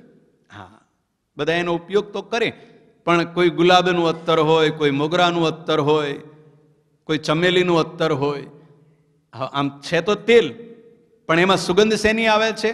મોગરાની સુગંધ આવે, ચમેલીની સુગંધ આવે, ચમેલીના પુષ્પની સુગંધ આવે, મોગરાના પુષ્પની સુગંધ આવે, ગુલાબના પુષ્પની સુગંધ આવે. એ તેલમાં શું થયું? કારણ કે ગુલાબના ફૂલમાં તો તેલ નથી, મોગરાના ફૂલમાં તેલ નથી કે એને પીલીને કાઢે તેલ. પણ એ જે તેલ છે એ તેલને ફૂલની વાસ જે સુગંધ છે એ સુગંધને તેલની અંદર એને નાખવામાં આવી. ગમે તે જે પ્રયોગ એ કરીને કરતા હોય, જે અત્તર બનાવતા હોય, એની જે કુશળતા છે એ કુશળતા એ કરી અને ફૂલની જે સુગંધ છે એ સુગંધ શેમાં આવી? તેલમાં આવી. એની કુશળતા એ કરીને આવી. કેવી રીતે આવી? મહારાજે જેમ વચનામૃતમાં દ્રષ્ટાંત આપ્યું કે કારીગરની કુશળતા એ કરી અને રેતીમાંથી શું બને? કાચ. આ શબ્દ આપ્યો છે મહારાજે કે કરનારાની કુશળતાએ, એ કારીગર એવો કુશળ મળે તો રેતી જ છે. આપણે ચાલ્યા જઈએ ત્યાં બધે રેતી જ હોય. રેતી, એ રેતીમાંથી જ શું બને છે? કાચ બને છે. અને કેવો ચકચકાટ બને, પારદર્શક બને, પણ કેમાંથી બન્યો? રેતીમાંથી. પણ એમાં કળા કોની આવી? કારીગરની. એ રેતીમાંથી કાચ બનાવવાની જે કુશળતા છે એ બનાવનારની કુશળતા એ કરી અને રેતીમાંથી કાચ બન્યો. એમ બનાવનારની કુશળતા એ કરી અને મોગરાની સુગંધ પેલા તેલમાં આવી, ગુલાબની સુગંધ પેલા તેલમાં આવી, ચમેલીની સુગંધ તેલમાં આવી. એમ ભગવાનનો જે ભક્ત હોય એની કુશળતા શું? પેલામાં કારીગરની કુશળતા આવી. અહીંયા શું આવશે? ભગવાનની નિરંતર ભક્તિ. નિરંતર ભગવાનની ભક્તિ કરવાની જેના મનમાં સતત ભગવાનની ભક્તિ અને ભગવાનના સ્વરૂપનું, ભગવાનના નામનું સ્મરણ કરવાની કુશળતા છે. સ્મરણ કરવાની કુશળતા, પેલું કાચ બનાવવાની કુશળતા, તેલને વાસિત કરવાની જે કુશળતા, એ બધાયને આવડે નહીં. એમ ભગવાનનો જે ભક્ત છે એ ભગવાનનું સ્મરણ, ભગવાનની ભક્તિ રૂપી એમાં જે કુશળતા પ્રાપ્ત કરે એ કુશળતા એ કરી અને જેમ તેલ વાસિત થઈ જાય છે પુષ્પથી, એમ મનને શેના વાસિત કરી દેવાનું છે? ભગવાનના ચરિત્ર, ભગવાનના ગુણગાન, ભગવાનની દિવ્ય લીલાઓ, અને એનાથી જો મન વાસિત થઈ ગયું હોય તો જેમ પેલા તેલમાંથી સુગંધ કોની આવે? જે પુષ્પથી તેલ વાસિત કર્યું હોય તેની. મોગરાથી વાસિત થયું તો મોગરાની સુગંધ આવે, ગુલાબથી વાસિત થયું હોય તો ગુલાબની સુગંધ આવે. એમ મન અત્યારે શેનાથી વાસિત છે? મન આપણું છે એ શેનાથી વાસિત થઈ ગયેલું છે? આ જગતના પદાર્થોથી વાસિત થયું, જગતથી વાસિત છે. એટલે મનમાં તરત જ જગતની ગંધ આવે છે, જગતની વાસનાની ગંધ આવે છે. મહારાજ એમ કે વાસનિક આવે ને અક્ષરધામમાં તોય વાસનાની ગંધ આવે એટલે કોઈને સુખ આવવા ન દે, એટલે વાસનાવાળાને ઘરવા ન દેવાય. ક્યાં? ભગવાનના ધામ. કેમ ન ઘરવા દેવાય? કે વાસનાવાળો જો જગતના પદાર્થોની વાસનાવાળો ઘૂસી ગયો તો બીજાને પણ એ વાસના વળગાડે. હા, એની ગંધ આવે, અને એની ગંધ આવે એટલે ગંધ આવે ત્યાં કોઈને સુખ આવે નહીં, એટલે બીજાને પણ સુખ આવવા ન દે. એટલે જે વાસનાવાળું મન છે, કેવી જગતની વાસનાથી દુર્ગંધિત એવું જે મન છે, એને શું કરવાનું છે? ભગવાનની વાસનાથી વાસિત કરીને સુગંધિત કરવાનું છે. એટલે એ કેવી રીતે થાય? જેમ પેલું તેલ છે, એ તેલ તો જેનું હશે એની ગંધ આવતી હોય. સરસિયાનું હોય તો સરસિયાની ગંધ આવે, તલનું હોય તો તલની ગંધ આવે, મગફળીનું હોય તો મગફળીની ગંધ આવે, કપાસિયાનું હોય તો કપાસિયાની ગંધ આવે. એમ આ જગતના જીવનું જે મન છે એ મન કેવું છે? જગતથી વાસિત છે, એમાં જગતની ગંધ આવે છે. હવે એ જગતની ગંધ કાઢી અને ભગવાનની ભક્તિરૂપ સુગંધ, ભગવાનનું સ્મરણ રૂપ સુગંધ એમાં ભરી દેવાનું છે. એટલે પેલી ગંધ જતી રહે. હવે અત્તર કોઈને ખબર પડે છે કે આ મગફળીના તેલમાંથી અત્તર બનાવ્યું છે કે તલના તેલમાંથી બનાવ્યું છે કે સરસિયાના તેલમાંથી? કંઈ જ ખબર ન પડે. પણ હોય તો ખરું, એકાદું હોય એમાંથી બનાવ્યું હોય કે ગમે તે બીજું કોઈ પણ હોય, તેલ હોય બીજું, જેની સુગંધ આવે છે એનું તેલ ન હોય, પણ તેલ બીજું હોય, પણ એ બીજાની સુગંધ આવે નહીં. એમ મન આપણું, જગતના જીવનું જે મન છે એ જગતથી વાસિત છે, જગતના વૈભવોથી, જગતના વિષયોથી વાસિત છે. પણ એને જો સુગંધિત કરવું હોય તો ભગવાનની નવધા ભક્તિ, ભગવાનનું સ્મરણ, ભગવાનના સ્મરણે કરી અને ભગવાનની ભક્તિરૂપ એનાથી જેમ તેલને વાસિત કરવાનું, એમ મહારાજ કહે છે નિત્ય સ્મરણ રૂપ. નિત્ય, નિત્ય એટલે નિત્ય શબ્દનો અર્થ પહેલા મહારાજે જે કહ્યો ને એ નિરંતર, એટલે સતત થાય, સતત. આપણે નિત્ય પૂજા કહીએ ને એટલે ઘણા બધા મોટો અર્થ એવો સમજી લે, સવારના પહોરમાં પૂજા કરી લીધી એટલે નિત્ય પૂજા પતી ગઈ. આ નિત્ય શબ્દ ત્યાં સુધીનો નથી, પણ નિત્ય શબ્દ ક્ષણે ક્ષણે, ક્ષણે ક્ષણે, મિનિટે મિનિટે જે ભગવાનનું સ્મરણ કરવું એનું નામ કહેવાય નિત્ય સ્મરણ. સતત, નિરંતર, નિરંતર પરમાત્માનું સ્મરણ થાય, નિરંતર પરમાત્માની ભક્તિ થાય, નિરંતર પરમાત્માના મહિમાનું અનુસંધાન રહે. પૂજા કરતા હોઈએ ને શાસ્ત્ર વાંચતા હોઈએ ને સત્સંગ કરતા હોઈએ ત્યારે જ ભગવાનનો મહિમા અને ભગવાનનું અનુસંધાન રહે, અને પછી બહાર નીકળો એટલે ખંખેરીને બહાર જતા રહ્યા. હા, એમ નહીં, પણ જેવા બહાર ગયા, જ્યાં બહાર જ્યાં પણ જીવાત્મા છે, નિરંતર ભગવાનનું અનુસંધાન હોય, નિરંતર ભગવાનનું સ્મરણ હોય કે ભગવાન મારી સાથે જ છે. ભગવાનની સન્મુખ જઈને ઉભા રહી ત્યારે મર્યાદા, ને પછી કાંઈ નહીં.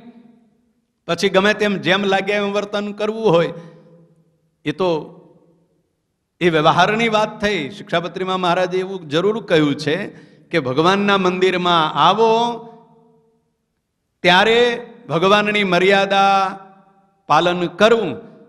પોતાની સગી બહેન હોય, સગી દીકરી હોય કે પોતાની પતિવ્રતા ધર્મપરાયણા પત્ની હોય, એની સાથે પણ સ્પર્શ આદિકનો વ્યવહાર ભગવાનના મંદિરમાં ન કરવું, પણ ભગવાનના મંદિર છોડ્યા પછી જગતના નિયમ પ્રમાણે વર્તવું.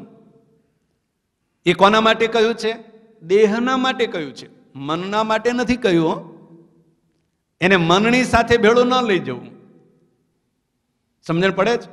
હા, એ દેહનો વ્યવહાર છે કે જગતમાં છો એટલે દેહનો જે વ્યવહાર છે એ કરવો, પણ મનને આવી કોઈ છૂટ આપવાની ક્યાંય કહ્યું નથી મહારાજે. એટલે મનને તો નિરંતર ક્યાં રાખવાનું છે? જગતથી, જગતમાં ચોટેલું છે એને જગતથી ઉખાડી અને ભગવાનના સ્વરૂપમાં, ભગવાનના નિરંતર સ્મરણમાં, ભગવાનની નિરંતર ભક્તિમાં મનને જોડવાનું છે. એમ જો મનને જોડવામાં આવે તો પેલું તેલ જે છે એ તેલની જે વાસ છે, એની જે ગંધ છે, એની જાતિગત ગંધ, એ ગંધ જતી રહે, અને જેનાથી વાસિત કરવામાં આવ્યું છે જે ફૂલથી, એની સુગંધ તેમાં આવે. એમ મનનું જે સ્વભાવ છે, શું સ્વભાવ છે? જગતના પદાર્થોમાં ચોંટવાનો સ્વભાવ છે. એ જગતનો પદાર્થ ચોંટવાના સ્વભાવને છોડી અને ભગવાનના સ્વરૂપમાં ચોંટી જાય, ભગવાનના સ્મરણમાં લાગી જાય, એવું મનને કરી દેવાનું છે.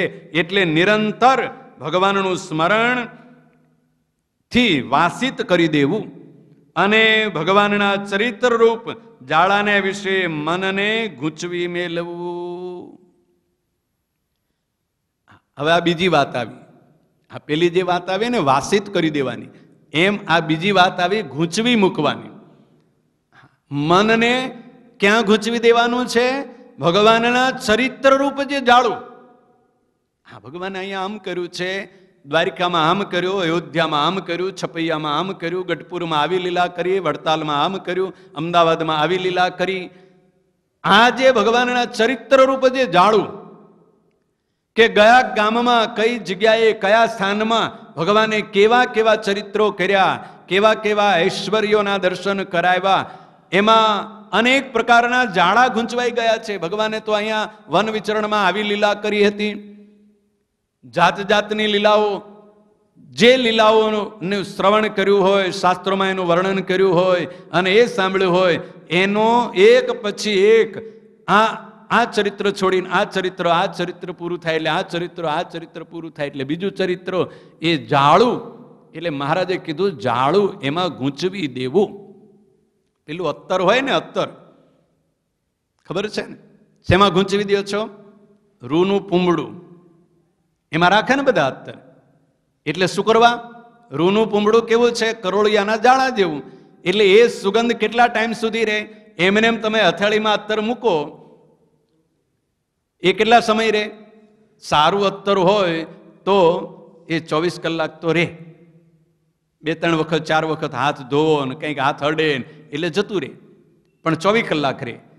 પણ પેલા પૂમડાની અંદર અત્તર મૂકી દીધું હોય અને પછી ઘણા એને કાનમાં ભરાવે, ઘણા ક્યાંય પાસે રાખે, તો એ અઠવાડિયા સુધી, મહિના સુધી એવી ને એવી સુગંધ, જ્યાં સુધી તમે એ અત્તરનું પૂમડું સાચવી રાખો ત્યાં સુધી એમાંથી સુગંધ જાય નહીં.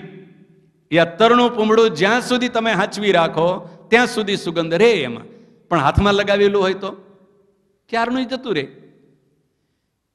એટલે અહીંયા મહારાજે શું કહ્યું છે કે ઓલું તો જાળું કેવું છે? કરોળિયાનું જાળું, એટલે કરોળિયાની લાળ જેવું છે. એમાં તાંતણા જ છે ને, રૂના ઝીણા ઝીણા, એટલે કરોળિયાની જાળ જેવું છે. એ અત્તર જેમ એમાં ગૂંચવાયેલું પડ્યું રહે છે, એમ એ કરોળિયાની જાળ જેવું ભગવાનના જે ચરિત્રો છે, એ ભગવાનના ચરિત્રો, ભગવાનના અનેક દિવ્ય ઐશ્વર્યો અને એ ચરિત્ર રૂપ જે જાળું, એમાં જો મનને પરોવી દીધું તો એમાંથી મન, કયું મન? ભગવાનના સ્મરણ રૂપી મન, સ્મરણથી વાસિત થઈ ગયેલું એવું જે મન, એટલે તેલ જેમ પુષ્પથી વાસિત થઈ ગયું હોય એને જ અત્તરના પેલું પૂંબડું બનાવે ને.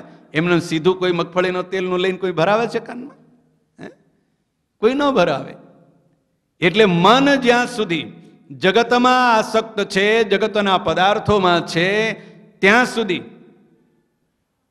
ભગવાનના ચરિત્ર રૂપ જાળામાં મન પરોવાશે નહીં.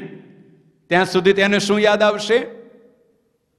હા, ધંધો યાદ આવશે, ઘર યાદ આવશે, કુટુંબ પરિવાર યાદ આવશે. અહમ, હું તો આવો જ્ઞાની, આવો ભણેલો ગણેલો, આવો ધનવાન, આવો પ્રતિષ્ઠિત, ગામનો આગેવાન નાગરિક, આવું બધું યાદ આવશે. એ બધું જ ભૂલી અને ભગવાનનો ભક્ત થઈ અને જ્યારે ભગવાનના ચરિત્રો રૂપી જાળામાં મનને ગૂંચવી દેશે, પછી મહારાજ કહે છે ગૂંચવી મૂકવું અને ભગવાનના ઘાટ મનમાં કર્યા કરવા. ક્યાં ચરિત્રમાં? ભગવાનના ચરિત્ર રૂપ જાળામાં ગૂંચવી દેવું અને પછી મનમાં શું કરવું? ભગવાનના ઘાટ કર્યા કરવા.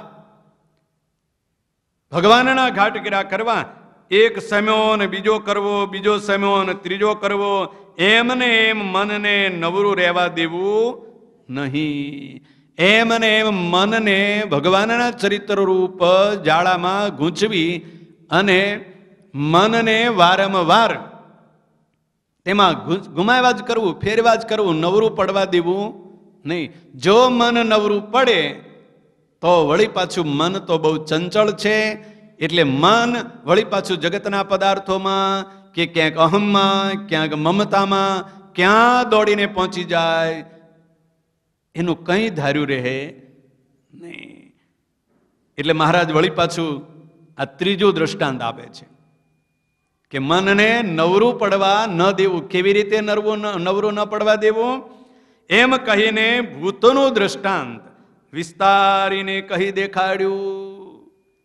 અહીંયા સંતોએ રિપીટ નથી કર્યું, કારણ કે ઘણી વખત આવી ગયું. ભૂતનું દ્રષ્ટાંત મહારાજે આપ્યું છે, યાદ છે ને? કે એક માણસ હતો, એ માણસે ભૂતના મંત્રોની સાધના કરી, એટલે ભૂત એને વશ થયું. એટલે ભૂત આવીને ઉભું રહ્યું કે બોલ, મને કામ બતાવ. એટલે પેલો કહે છે કે મારું આ કામ કરી આવ, મને આ લાવી દે, મને આ લાવી દે. એટલે ભૂત તો તરત લઈ આવ્યું, લાવવા મળ્યું અને બધું કામ કરી દીધું કે હા કામ થઈ ગયું. ખેતરનું કામ હોપી દીધું ને જોબનું કામ હોપી દીધું ને પાયા ખોદવાનું કામ હોપી દીધું ને પાયા પૂરવાનું કામ હોપી દીધું અને બધું કરી નાખ્યું. હા, અને પછી નવરું પડ્યા તો તરત થઈ ગયું. એટલે ભૂત કહે છે કે હવે કામ બતાય, હું નવરો નહીં બેસું. તો કે હવે કામ નથી, તો કે તને ખાઈ જાઉં. શું કે ભૂત? શું કે જો કામ બતાય, કામ ન બતાય તો તને ખાઈ જાઉં, હું નવરો ન બેસું, કે તને ખાઈ જાઉં. આ ભૂત ભરખી જાય એવું કહે છે ને, ભરખી જાઓ કે ખાઈ જાઓ.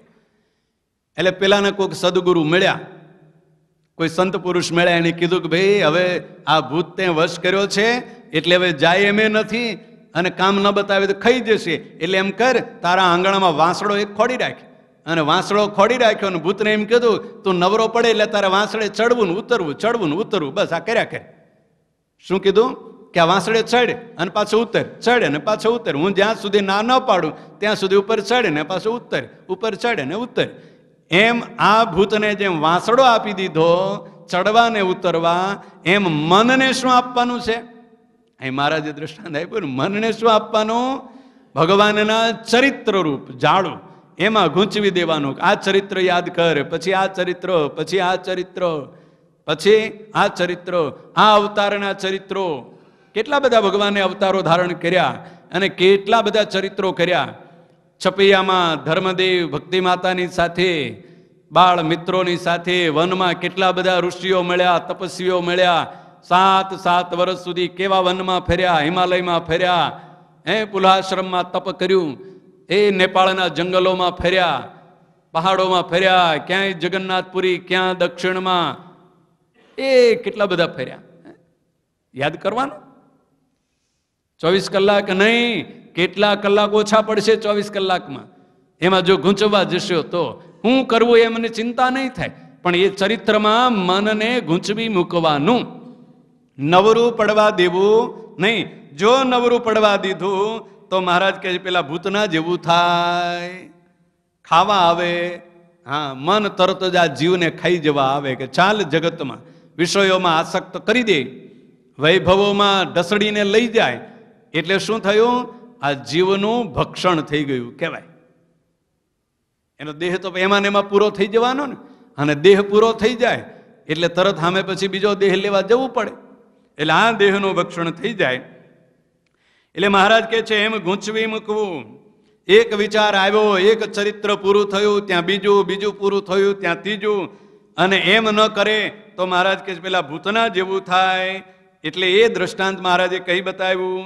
અને પછી શ્રીજી મહારાજ બોલ્યા જે એવી રીતે ભગવાનના જે ચરિત્ર તથા વાર્તા તથા દર્શન તે એક દિવસના જો સાંભળવા માંડે તો તેનો પાર ન આવે. તો સત્સંગ થયા તો 10-15 વર્ષ થયા હોય તો તેનો તો પાર જ ન આવે. મહારાજ કહે છે એમ ભગવાનના ચરિત્ર રૂપ જાળામાં મનને ગૂંચવી મૂકવું. એમાં કોઈને એમ લાગશે એટલે મહારાજે કહ્યું કે એનો તો પાર આવે એમ જ નથી. કારણ કે સત્સંગ કેટલા વર્ષોથી થયો, કેટલી કથાઓ સાંભળી નાખી. એ કોઈ રાખી હોય તો વાંધો ન આવે. આપણે શું કહે સાંભળી નાખી કથાઓ. સત્સંગી જીવન, સત્સંગી ભૂષણ, ભક્ત ચિંતામણી, આ બધા કેટલા સત્સંગ થયો. મહારાજ કહે છે કેટલા વર્ષ થયા છે? કોઈને 5 વર્ષ કે 10 વર્ષ તો થયા છે ને, વધારે નહીં તો કંઈ નહીં, સમજણ આવી ત્યારથી. તો એ 5-10 વર્ષ થયા હોય એમાં કેટલી બધી કથાઓ સાંભળી. ભાગવતે સાંભળ્યું છે ને, રામાયણે સાંભળ્યું, મહાભારતે સાંભળ્યું, સત્સંગી જીવન સાંભળ્યું, સત્સંગી ભૂષણ સાંભળ્યું, ભક્ત ચિંતામણી સાંભળી, અને બીજા કેટલાય શ્રી હરિ દિગ્વિજય, શ્રી હરિ ચરિત્રામૃત સાગર, કેટલા બધા ચરિત્રો ભગવાનના સાંભળ્યા. મહારાજ કહે છે સંભાળવા માંડો તો પાર આવે એમ નથી.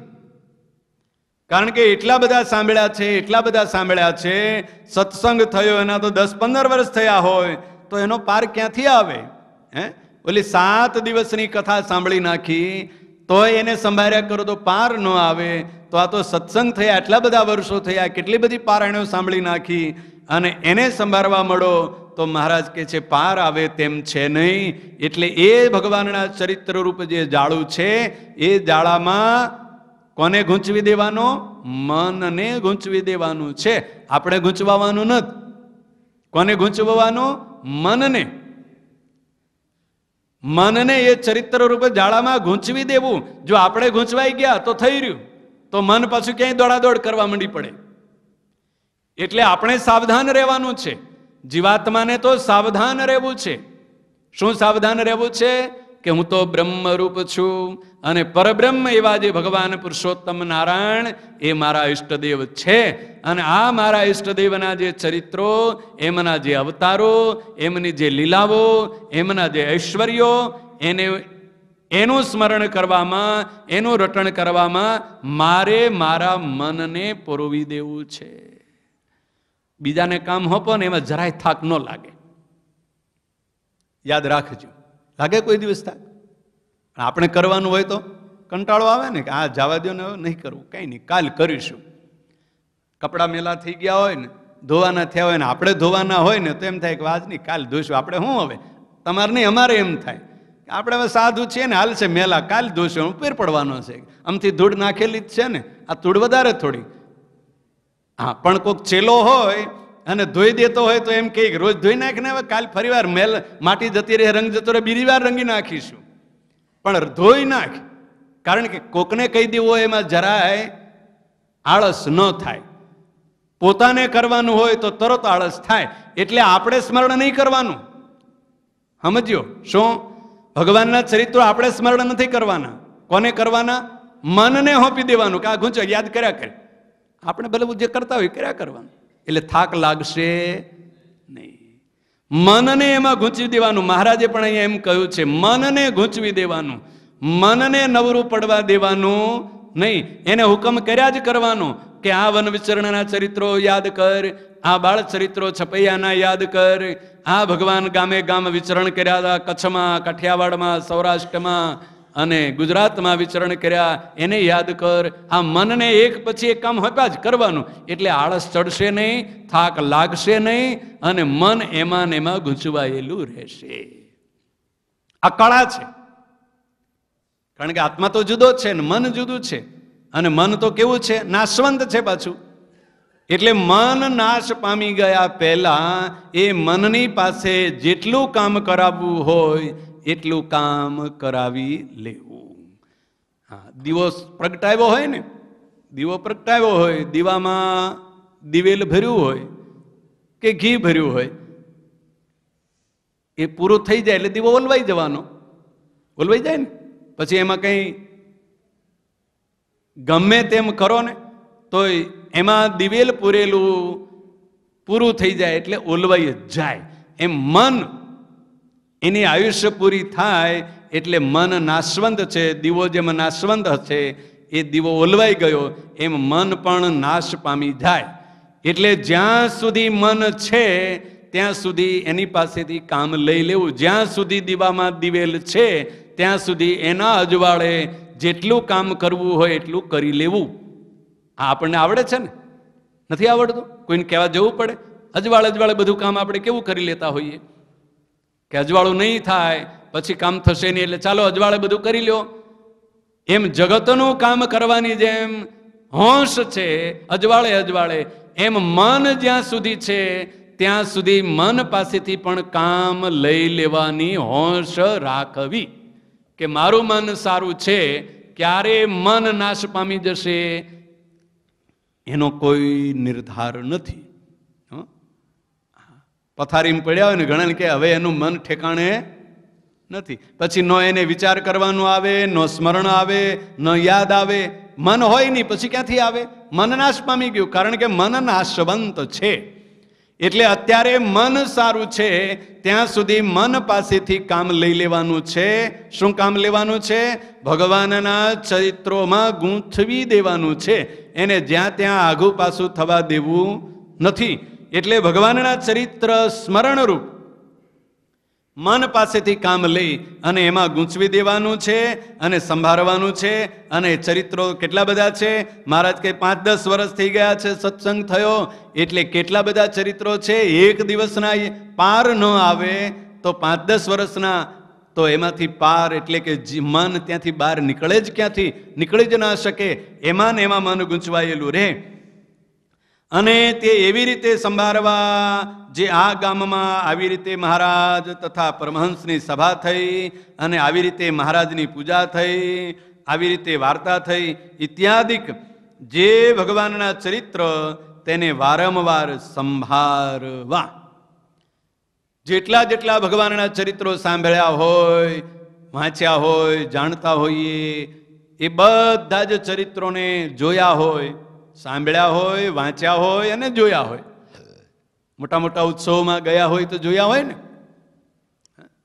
અને એ ઉત્સવોમાં જે મહારાજના સ્વરૂપ એવા આચાર્ય મહારાજ શ્રી પધાર્યા હોય, એની પૂજા થઈ હોય, એમણે પ્રવચન કર્યું હોય, એમણે આજ્ઞા કરી હોય, કેટલા બધા હરિભક્તો, કેટલા યજમાનો, કેટલા હરિભક્તો, આ બધું જ મહારાજ કહે છે જે જે ગામમાં ગયા હોય, જોયું હોય, સાંભળ્યું હોય, વાંચ્યું હોય, એ એક એક ગામનું યાદ કરવા માંડી પડો તોય પાર ન આવે. એમ મહારાજ કહે છે એક પછી એક એ ભગવાનની જે પૂજા થઈ હોય, આરતી થઈ હોય, અભિષેક થયો હોય, ભગવાનની સ્તુતિ થતી હોય, પ્રાર્થનાઓ થતી હોય, આ બધું જ મહારાજ કહે છે યાદ કર્યા કરવું. અને એ ભગવાનના જે ચરિત્ર તેને વારંવાર સંભાળવા. એક વખત યાદ કર્યું એટલે એવું પૂરું થઈ ગયું એમ નહીં, પણ વારંવાર વળી પાછું એનો એ ચરિત્ર, વળી પાછી એની એ વાત, એનો એ કીર્તન, એની એ સ્તુતિ, એની એ પ્રાર્થના વારંવાર કરવી. કે એક વખત કીર્તન બોલી ગયા, કાલ બોલ્યા હતા ને હવે આજ શું બોલવાનું, એમ નહીં. વારંવાર હમણાં કલાક પહેલા બોલ્યા હતા અને વળી પાછું શું બોલવું, એમ નહીં. વારંવાર વળી પાછું જેટલું યાદ આવે એ ચરિત્રો, ભગવાનના જે ચરિત્રો, ભગવાનના જે કીર્તનો, ભગવાનની જે સ્તુતિ, ભગવાનની જે પ્રાર્થના, ભગવાનના સ્વરૂપનું જે વર્ણન, મૂર્તિનું જે વર્ણન, એને વારંવાર મહારાજ કહે છે સંભાળ્યા કરવું.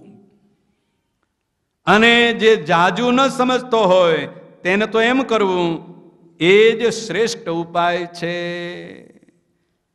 હવે મહારાજ કહે છે જેને જાજી સમજણ ન હોય, અર્થાત બહુ જ્ઞાન ન હોય, શાસ્ત્રોનું જ્ઞાન ન હોય, અથવા તો બહુ જાંબી બુદ્ધિ ન હોય, એને મનને શું કરવું, તો ભગવાનના જે જે ચરિત્રો સાંભળ્યા છે એ ચરિત્ર એક જ ભલે ને આવડતું હોય, એક ચરિત્ર આવડતું હોય, એક જ કીર્તન આવડતું હોય, તો એ જ કીર્તન વારંવાર બોલ્યા કરવાનું, એ જ ચરિત્ર વારંવાર સંભાળ્યા કરવાનું. મહારાજે કહ્યું ને કે જાજુ ન સમજતો હોય, અર્થાત જેને જાજુ યાદ ન હોય, જાજા ચરિત્રો યાદ ન હોય, જાજા કીર્તનો યાદ ન હોય, એક હોય કે બે હોય, તો એક હોય કે બે હોય, જેટલા પણ ચરિત્રો યાદ હોય, જેટલા પણ કીર્તનો યાદ હોય, જેટલી પણ સ્તુતિઓ યાદ હોય, એક જ હોય તો એક વારંવાર એને બોલ્યા કરવું, નિરંતર એનું સ્મરણ કર્યા કરવું. એ જ શ્રેષ્ઠ ઉપાય છે. મહારાજ કહે છે શેનો? આ શ્રેષ્ઠ ઉપાય શેનો છે?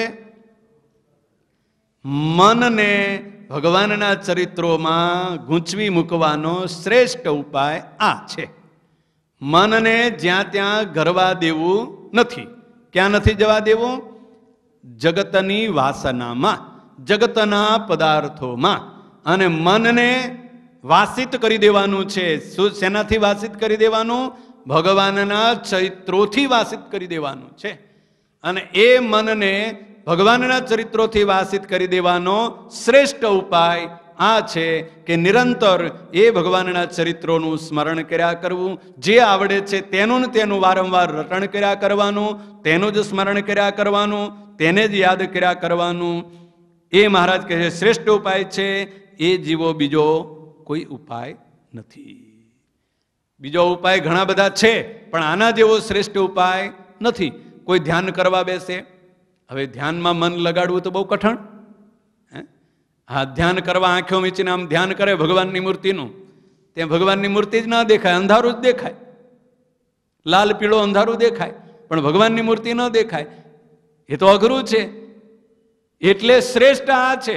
ચરિત્ર જેવું યાદ કરશો એટલે તરત યાદ આવશે કે છપૈયામાં મહારાજ કોની સાથે રમતા હતા, તરત સુખનંદન કે વેણી માધવ કે પ્રાગ, એ નારાયણ સરોવર, એ ધર્મદેવનું આંગણું, એ પેલો જાંબુનું વૃક્ષ, આ બધું યાદ આવશે. આંબલીનો વૃક્ષ, આ બધું યાદ આવશે. અને ધ્યાન કરવા જશે તો મૂર્તિ યાદ આવશે નહીં? આવે. અઘરું છે. એટલે શ્રેષ્ઠ ઉપાય આ છે. મહારાજ કે તરત જ મહારાજના ચરિત્રો યાદ કરવા. વનમાં મહારાજ ગયા હતા. ક્યાં ગયા હતા? કુલાશ્રમમાં ગયા હતા, બદ્રીનાથમાં ગયા હતા, પેલા નવલખા પર્વત ઉપર ગયા હતા. કેટલા યોગીઓ, આ બધું તરત યાદ આવવા મળી પડશે. એ ચરિત્રો જો યાદ થશે એટલે મન તરત જ એમાં ગૂંચવાય જશે, બહાર નીકળશે નહીં. અને બીજા બધું ધ્યાન તો કેવું છે? આમ લપસણી જેવું. ભગવાનની મૂર્તિનું ધ્યાન કરવા બેસવું, આ ગૂંચળું છે, આ ભગવાનના ચરિત્રોનું કેવું ગૂંચળું છે. એમાંથી બહાર નીકળવું તો હા, રેતીનો ઢગલો પડ્યો, એમાં ડોલ ભરીને પાણી નાખો, એનો રેલો હાલે, એમાં ગૂંચવાઈ જાય. અને આવું સરસ ફર્શ હોય ને ડોલ ભરીને પાણી રેડો તો ક્યાં પહોંચે? ક્યાંય દૂર સુધી પહોંચે હો. અને ચારે બાજુ પાણી પાણી પાણી, બધાને પલાળી મૂકે. એટલે ધ્યાન કેવું છે? આ ફર્શ જેવું છે, ફ્લોરિંગ જેવું. હા, એમાં જેવું મૂર્તિ સહેજ કરવા જાઓ એટલે તરત જ કેટલા બધા વિચારો આવશે, સંકલ્પો આવશે, કેટલાય બધા ઘાટ સંકલ્પો થવા મળી પડશે. અને મૂર્તિ તો ક્યાંય જડીએ ગોતી જડશે નહીં. એટલે ભગવાનના ચરિત્રો મહારાજે એટલે શ્રેષ્ઠ કહ્યા કે જેને ઓછી સમજણ છે. હવે જેને ઓછી સમજણ છે એમાં કોણ આવે? આપણે બધા આવીએ જો, કારણ કે એવી સમજણ તો નથી જ. એવી સમજણ છે? એવી સમજણ તો બહુ અઘરી છે. કારણ કે દેહાધ્યાસ છૂટે નહીં ત્યાં સુધી ઓછી સમજણ કહેવાય. દેહાધ્યાસ છૂટે ત્યારથી સમજણ આગળ વધી કહેવાય. આ પહેલું પગથિયું. હવે દેહાધ્યાસ ન છૂટે, હા, કોઈ આમ લાવીને ટાંકણી ભરાવે અને એમ ન કહેવાય તો દેહાધ્યાસ છૂટ્યો કહેવાય. હવે ટાંકણી ભરાવે એટલે તરત જ એમ થાય હે આ શું થયું, ગમે તે હોય, એટલે દેહાધ્યાસ છૂટ્યો નથી. એ દેહાધ્યાસ જ્યાં સુધી ન છૂટે ત્યાં સુધી શું કહેવાય? ઓછી સમજણ છે. દેહાધ્યાસ છૂટે ત્યારે પહેલી સમજણ આવી કહેવાય, પહેલું ધોરણ પાસ થયો કહેવાય. હવે એવા કેટલા પાસ કરવાના છે ત્યારે માસ્ટર ડિગ્રી મળે? ખબર પડે છે ને? એક પછી એક આવે. આ દેહાધ્યાસ પહેલો છૂટે પછી બીજી વાત આગળ બીજા ધોરણમાં જવાય. એટલે દેહાધ્યાસ હજી સુધી છૂટ્યો નથી એટલે હજી પહેલું ધોરણ પાસ થયા નથી, એટલે ઓછી સમજણ વાળા બધા જ. એના માટે મહારાજ કહે છે શું શ્રેષ્ઠ છે? કે ભગવાનના ચરિત્રરૂપ જે જાળવું એ જાળામાં મનને ગૂંચવી મૂકવું એ જ સૌથી શ્રેષ્ઠ ઉપાય છે. એવો બીજો કોઈ ઉપાય નથી. ત્યારે તમે કહેશો જે અન્ન થોડું ખાઈએ તથા ઘણા ઉપવાસ કરીએ તે તો અમે કહેતા નથી. હવે મહારાજ કહે છે કે તમને આ અઘરું પડશે ને એટલે તમે એમ કહેશો કે અમે હાવ થોડું થોડું ખાઈએ. એટલે ઇન્દ્રિયો મન એ જ્યાં ત્યાં જાય નહીં. તો મહારાજ કહે છે એવું તો અમે કહેતા નથી, લાડવા ખાઓ ખૂબ. મહારાજે તો ખૂબ ખવડાવ્યું. ન ખાય તો લાડવે માર્યા. હા, એવું કહે છે ને મારે. ન ખાય તેને લાડવો મારતા અને ન ખાય તો મહારાજ કમંડળું ભરીને માથે દૂધ પાકે રેડતા. એટલે ખાવાનું મહારાજ કહે છે ઓછું કરવાનું એવું અમે કહેતા નથી. એ તો દેહને જે જોઈએ તે આપવું, જરૂર હોય જેવું જ્યારે જરૂર હોય, જેવું જ્યારે જરૂર હોય ત્યારે. યુવાન અવસ્થા હોય તો અનાજની વધારે જરૂર હોય, અને કામ કરવું હોય, શરીર પાસે કામ લેવું હોય, શરીર પાસે કામ લેવું હોય તો શરીરને આહાર આપવો પડે. હવે શરીર પાસે જો કામ ન લેવું હોય તો ન આપવો, અને શરીર યુવાનો હોય ત્યારે કામ લેવું હોય તોય આપવું પડે, ન લેવું હોય તોય આપવું પડે. કારણ કે શરીરને જરૂરત છે. બે જાતની જરૂરિયાત થઈ. શરીર પાસેથી કામ લેવું છે તો આહાર આપવો પડશે, શરીરને જરૂરિયાત છે તો પણ આપવું પડશે. હવે યુવાન શરીર છે અને કામ નથી લેવું. હા, કોઈને હાલતા હાલતા પગ મચકોડાઈ ગયો, પગ મચકોડાઈ ગયો એટલે હવે કામે જવાનું નથી, નથી ખેતરમાં જવાનું, નથી દુકાને જવાનું, નોકરીએ જવાનું, એટલે શરીર પાસેથી કામ લેવાનું નથી. ડૉક્ટરે કીધું કે તમારે મહિનો આરામ કરવો પડશે તો તમારો મચકોડાયેલો પગ હારો થશે. એટલે શરીર પાસેથી તો કામ લેવાનું નથી, પણ શરીરને તો જરૂર છે ને આહારની, એટલે એને ખાવાનું તો આપવું પડશે. શરીરને જરૂર છે એટલે શરીરને તો અન્ન આપવું પડશે. એ યુવાન શરીર છે એટલે એને જરૂર એટલી જરૂર છે એટલે એટલું આપવું પડશે. એનું એ શરીર વૃદ્ધ થઈ ગયું તો શરીરને એટલા બધા અન્નની જરૂર નહીં પડે જેટલી યુવાન અવસ્થામાં જરૂર હતી એટલી. અને શરીર પાસેથી કામે નથી લેવાનું તો એને જેટલી જરૂર છે એટલું આપવાનું છે. એટલે મહારાજ કહે છે કોઈ તમે એમ કહેશો કે અમે થોડું અન્ન ખાઈએ, ઉપવાસ કરીએ ઘણા, તો મહારાજ કહે છે એ તો અમે કહેતા નથી. એ તો જરૂરિયાત પ્રમાણે કરવાનું છે. જેવી તમારી જરૂરિયાત, જેવી તમારી અવસ્થા, જેવી શરીરની ઉંમર, એ પ્રમાણે એ ખાવું અને ન ખાવું એનો વિવેક તમારે શીખવો. પણ અમે એવું નથી કહેતા કે તમે ઉપવાસ કરો, ભૂખ્યા રહો, અન્ન ન ખાઓ, એવું મહારાજ કહે છે. અમે નથી કહેતા. એ તો જેમ જેના નિયમ કહ્યા છે તે પ્રમાણે સાધારણ પ્રમાણે રહેવું. શું કહ્યું? સાધારણ પ્રમાણે. એટલે જેમ જેના જે નિયમો કહ્યા છે. કોના નિયમો? ગૃહસ્થાશ્રમીના નિયમો, ત્યાગાશ્રમીના નિયમો, યુવાન શરીરવાળાના નિયમો, વૃદ્ધાવસ્થાવાળાના નિયમો, એના જેના જેના જેમ નિયમો કયા છે એમ મહારાજ કહે છે સાધારણ પ્રમાણે, નિયમ પ્રમાણે રહેવું. પણ અમે એવું નથી કહેતા કે તમે બહુ ઉપવાસ કરશો અને અનાજ નહીં ખાઓ તો તમને વહેલા ધામમાં તેડી જઈશું, એવું નથી કહેતા. હા, પણ એવું કહીએ છીએ. શું કહીએ છીએ? કે મનને ક્યાં જોડી દેવું? ભગવાનના ચરિત્ર રૂપ જાળામાં ગૂંચવી દેવું. એને જગતમાં જવા ન દેવું. શરીર ભલે જાય, શરીરની સાથે કોઈ બીક નથી. શરીર જશે જગતમાં, જગતનો વ્યવહાર કરશે, એની બહુ ઉપાધિ નથી. એ જીવને બહુ નુકસાન નહીં કરે. પણ મન જો જશે તો મન બહુ જ મોટું નુકસાન કરશે. શું કરશે? બહુ જ મોટું નુકસાન કરશે. હા, શું નુકસાન કરશે? ભગવાનના સ્મરણને ભૂલાવી દેશે અને જગતનું સ્મરણ કરશે. અને ભગવાનની જે સુગંધ આવવાની હશે એના બદલે કેની સુગંધ ગંધ આવશે? જગતની ગંધ આવશે. એટલે મહારાજ કહે છે તો સાધારણપણે રહેવું. અને કરવાનું તો આ અમે તમને કહ્યું તે છે. શું કહ્યું? યાદ રહ્યું ને બરોબર? હવે તો મનને ભગવાનના ચરિત્રમાં ગૂંચવી દેવું. મન જે જગતથી વાસિત છે એના બદલે ભગવાનથી વાસિત કરી દેવાનું છે. અને અમે તો એમ માન્યું છે જે મન નિર્વાસનિક જોઈએ અને દેહે કરીને ગમે તેટલી પ્રવૃત્તિ હોય ને તેનું મન જો શુદ્ધ છે તો તેનું અતિ ભૂંડું થાય નહીં. શરીરે કરીને ગમે તેવી ક્રિયાઓ થતી હોય, કોઈ નબળી ક્રિયા પણ થાય, સારું કર્મ પણ થાય, નબળું કર્મ પણ થાય. મહારાજ કહે છે એનું અતિશય ભૂંડું નહીં થાય. જો જેનું મન અતિશય શુદ્ધ હશે, મન નિર્મળ હશે અને મન જો નિર્વાસનિક હશે તો શરીરે કરીને કેટલાય જગતના સુખ ભોગવતો હશે, વૈભવો ભોગવતો હશે, તો પણ એનું એટલું બધું ભૂંડું નહીં થાય. કેટલું? કે મને કરીને જેટલું થશે. હા, શરીરે કરીને સુખ નહીં ભોગવતો હોય, વિષય નહીં ભોગવતો હોય અને મને કરી મન જો એમાં ચોટેલું હશે ને તો જેવું ભૂંડું થશે એવું શરીર ચોટેલું હશે તો ભૂંડું થશે નહીં. અને બહાર લોકમાં તો પ્રવૃત્તિવાળાનું ભૂંડા જેવું જણાય. અને જેને મનમાં વાસના હોય અને તે બહાર સારી પેઠે નિવૃત્તિ પરાયણ વર્તતો હોય તો તેનું બહાર લોકોમાં તો સારું જણાય, પણ તેના જીવનું અતિ ભૂંડું થાય છે.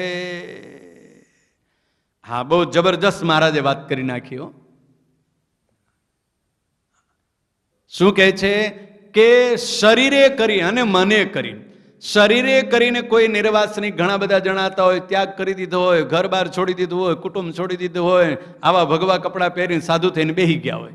એટલે જગતમાં તો બહુ સારું કે હા, આના જેવા તો કોઈ મોટા ત્યાગી નથી, આના જેવા કોઈ મોટા સાધુ નથી, આના જેવા મોટા કોઈ વૈરાગ્યવાળા નથી. એટલે જગતમાં તો બહુ સારું દેખાતું હોય. સમજણ પડી? આ મોટો જબરજસ્ત હથોડો આવ્યો છે આ બાજુ, તમારી બાજુ નથી. હા, જબરજસ્ત મહારાજ કહે છે. શું કહે છે? બહુ સમજવા જેવી વાત છે કે એનું જગતમાં તો બહુ સારું દેખાય. કેવો જ્ઞાન છે, કેવો વૈરાગ્ય છે, જુઓ તો ખરા. આમ આંખ ઊંચી કરીને જોતા નથી, હાથે કરીને કંઈ અડતા નથી ને કંઈ રાખતા નથી ને આવી બધી બહુ જ મોટી મોટી વાતો શેને કરીને? શરીરે કરીને. પણ મન ક્યાં હોય? હા, મન તો જાદુ બધું, કેટલું બધું ધન ભેળું કરવું ને કેટલી બધી મોટી જબરજસ્ત સંસ્થાઓ ઊભી કરવી ને કેટલું બધું મોટું ધન એકઠું કરવું ને કેટલી બધી મોટા મોટા ઉત્સવો કરવા. શું કરવું? મોટા મોટા ઉત્સવો કરવા, મોટી મોટી સંસ્થાઓ કરવી, મોટા મોટા બિલ્ડિંગો બાંધવા, મન એમાં રચ્યું પચ્યું હોય અને જે આવે એને એમાં પરાણે બળજબરીથી ઢસડીને નાખતા હોય. હા, આપણે નહીં આમાં નાખો, પણ એ ક્યાં કોનું સમજણ પડવી જોઈએ ને. હા, શું કહે છે મહારાજ કે બહાર તો સારી પેઠે નિવૃત્તિ પરાયણ વર્તતો હોય, આ બહારથી તો આવું બધું દેખાડતો હોય, જ્ઞાન વૈરાગ્ય દંભ અને આડંબરનો તો હે મોટો આટાટોપ કરી રાખ્યો હોય અને તેનો બહારમાં લોકોમાં બહુ સારું દેખાય કે જો તો ખરા કેવું જ્ઞાન છે, કેવો વૈરાગ્ય છે, કેવો ત્યાગ છે, પણ લોકમાં અતિશય સારું જણાય પણ તેના જીવનું અતિ ભૂંડું થાય છે. હા, અતિ ભૂંડું થાય એમાં સમજી લેજો બધા. શું અતિ ભૂંડું થાય? ભગવાનના ધામની તો પ્રાપ્તિ થાય જ નહીં, એને નરકમાંય નો સંગ્રહે, ક્યાંક ભૂત થવું પડે ને ક્યાંક બ્રહ્મ રાક્ષસ થવું પડે. સાંભળી છે ને બધા એની કેટલાયની કેસેટો, વાતો સાંભળી છે ને, કોઈ જોઈ પણ હશે. હો, હા હા, આ ક્યાંક એનું જીવનું મહારાજ કહે છે અતિશય ભૂંડું થાય.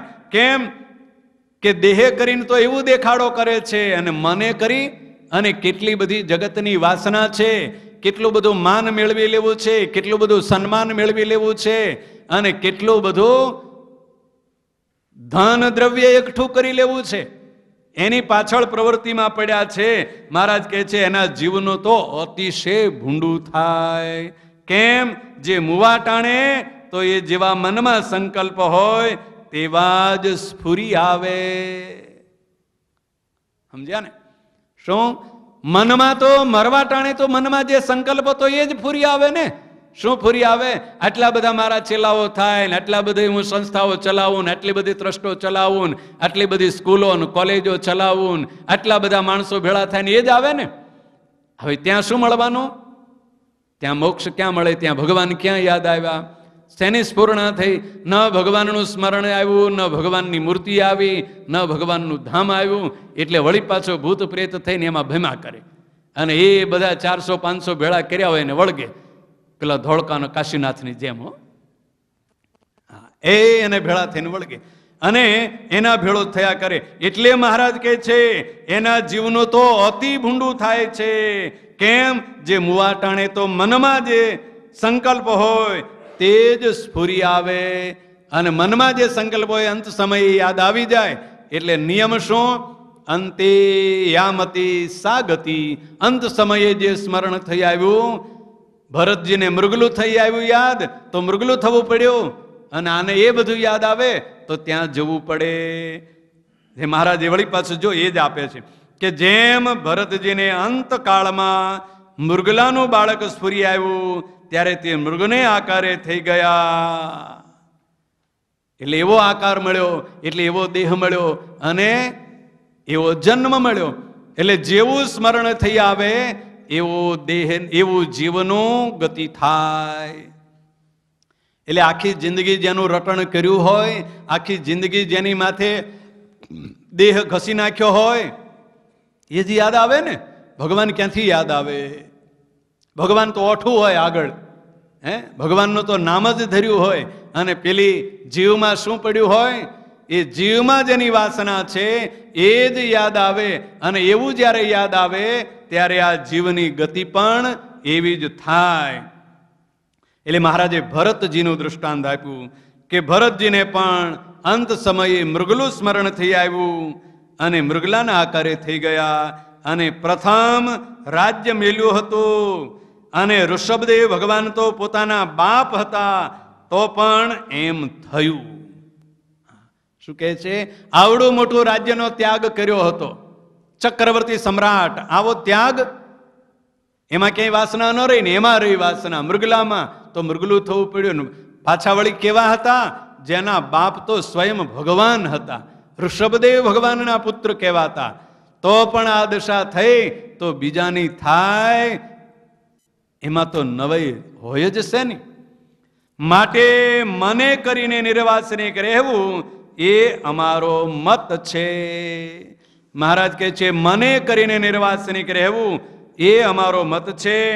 અને જે ઉપવાસ કરવા તેને કરીને દેહ દુર્બળ થાય, ત્યારે મન દુર્બળ થાય ખરું, અને જ્યારે દેહ પુષ્ટ થાય ત્યારે વળી મન પુષ્ટ થાય. માટે દેહે કરીને ત્યાગ ને મને કરીને ત્યાગ એ બે ભેળા જ જોઈએ.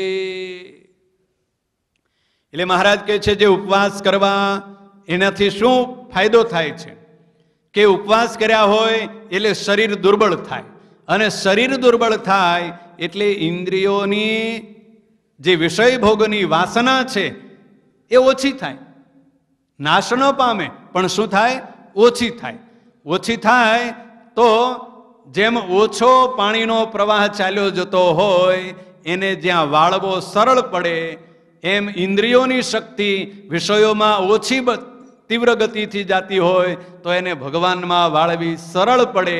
એટલા માટે ઉપવાસ પણ કરવા, મન પણ ભગવાનમાં જોડવું.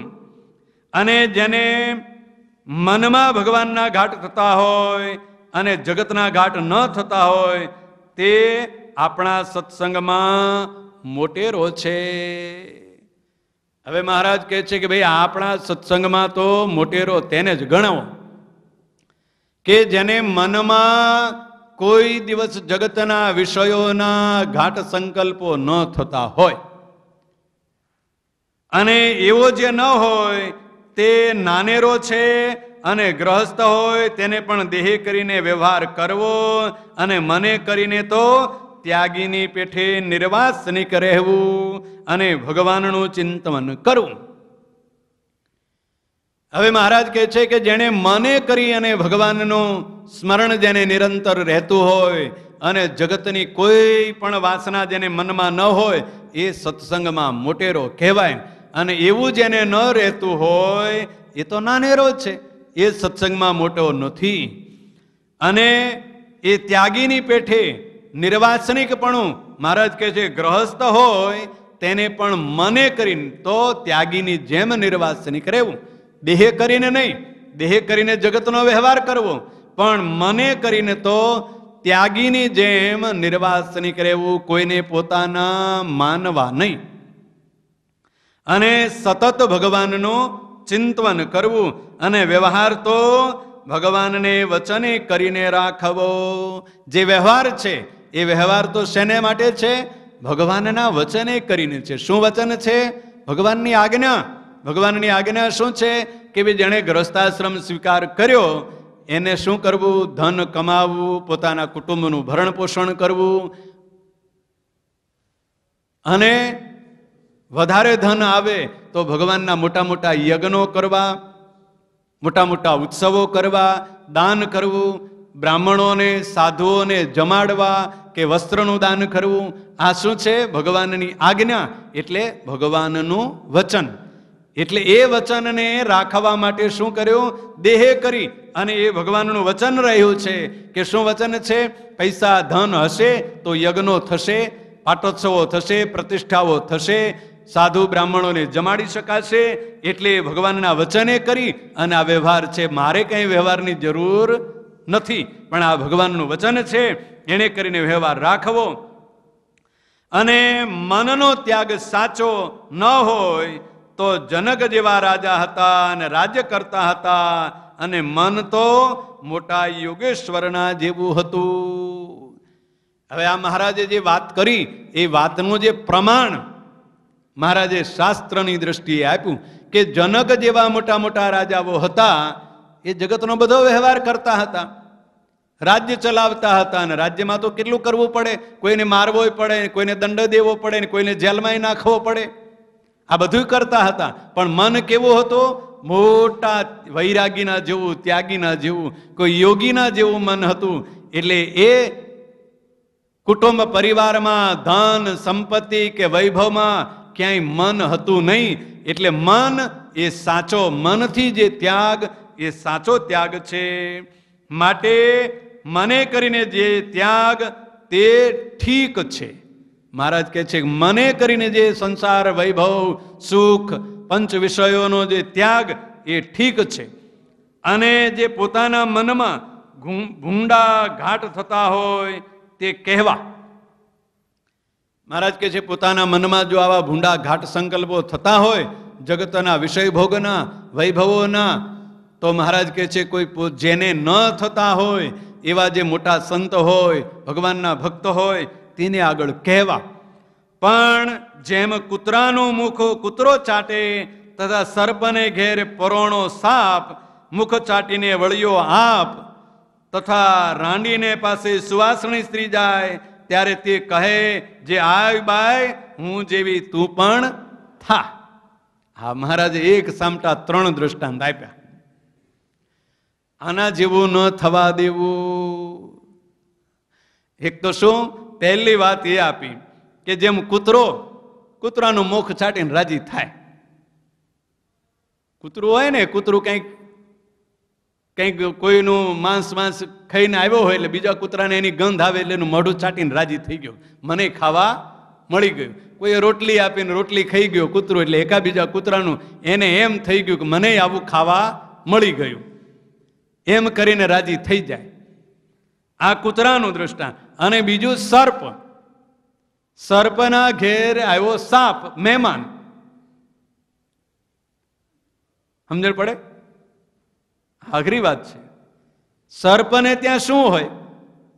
સર્પને ત્યાં ઝેર જ હોય ને. સર્પના ઘેરે આવ્યો મહેમાન, પરોણો સાપ મુખ ચાટીને વળ્યો આપ. હવે સાપનું મોઢું ચાટવા જાય તો એના મોઢામાંથી શું મળે? ભયંકર ઝેર. બીજું કઈ આવે? સાપના મોઢું ચાટીને વળે પાછો, વળીને આવ્યો આપ. અને ત્રીજી વાત આપી, કોઈ રાંઢી બઈ હોય એટલે વિધવા અને સુવાસની કોઈ પરણીને તાજી બઈ આવે એને આવીને એમ કે આય બેન આવ તું મારા જેવી થા. એટલે શું થયું? એટલે એને રાંડવાનું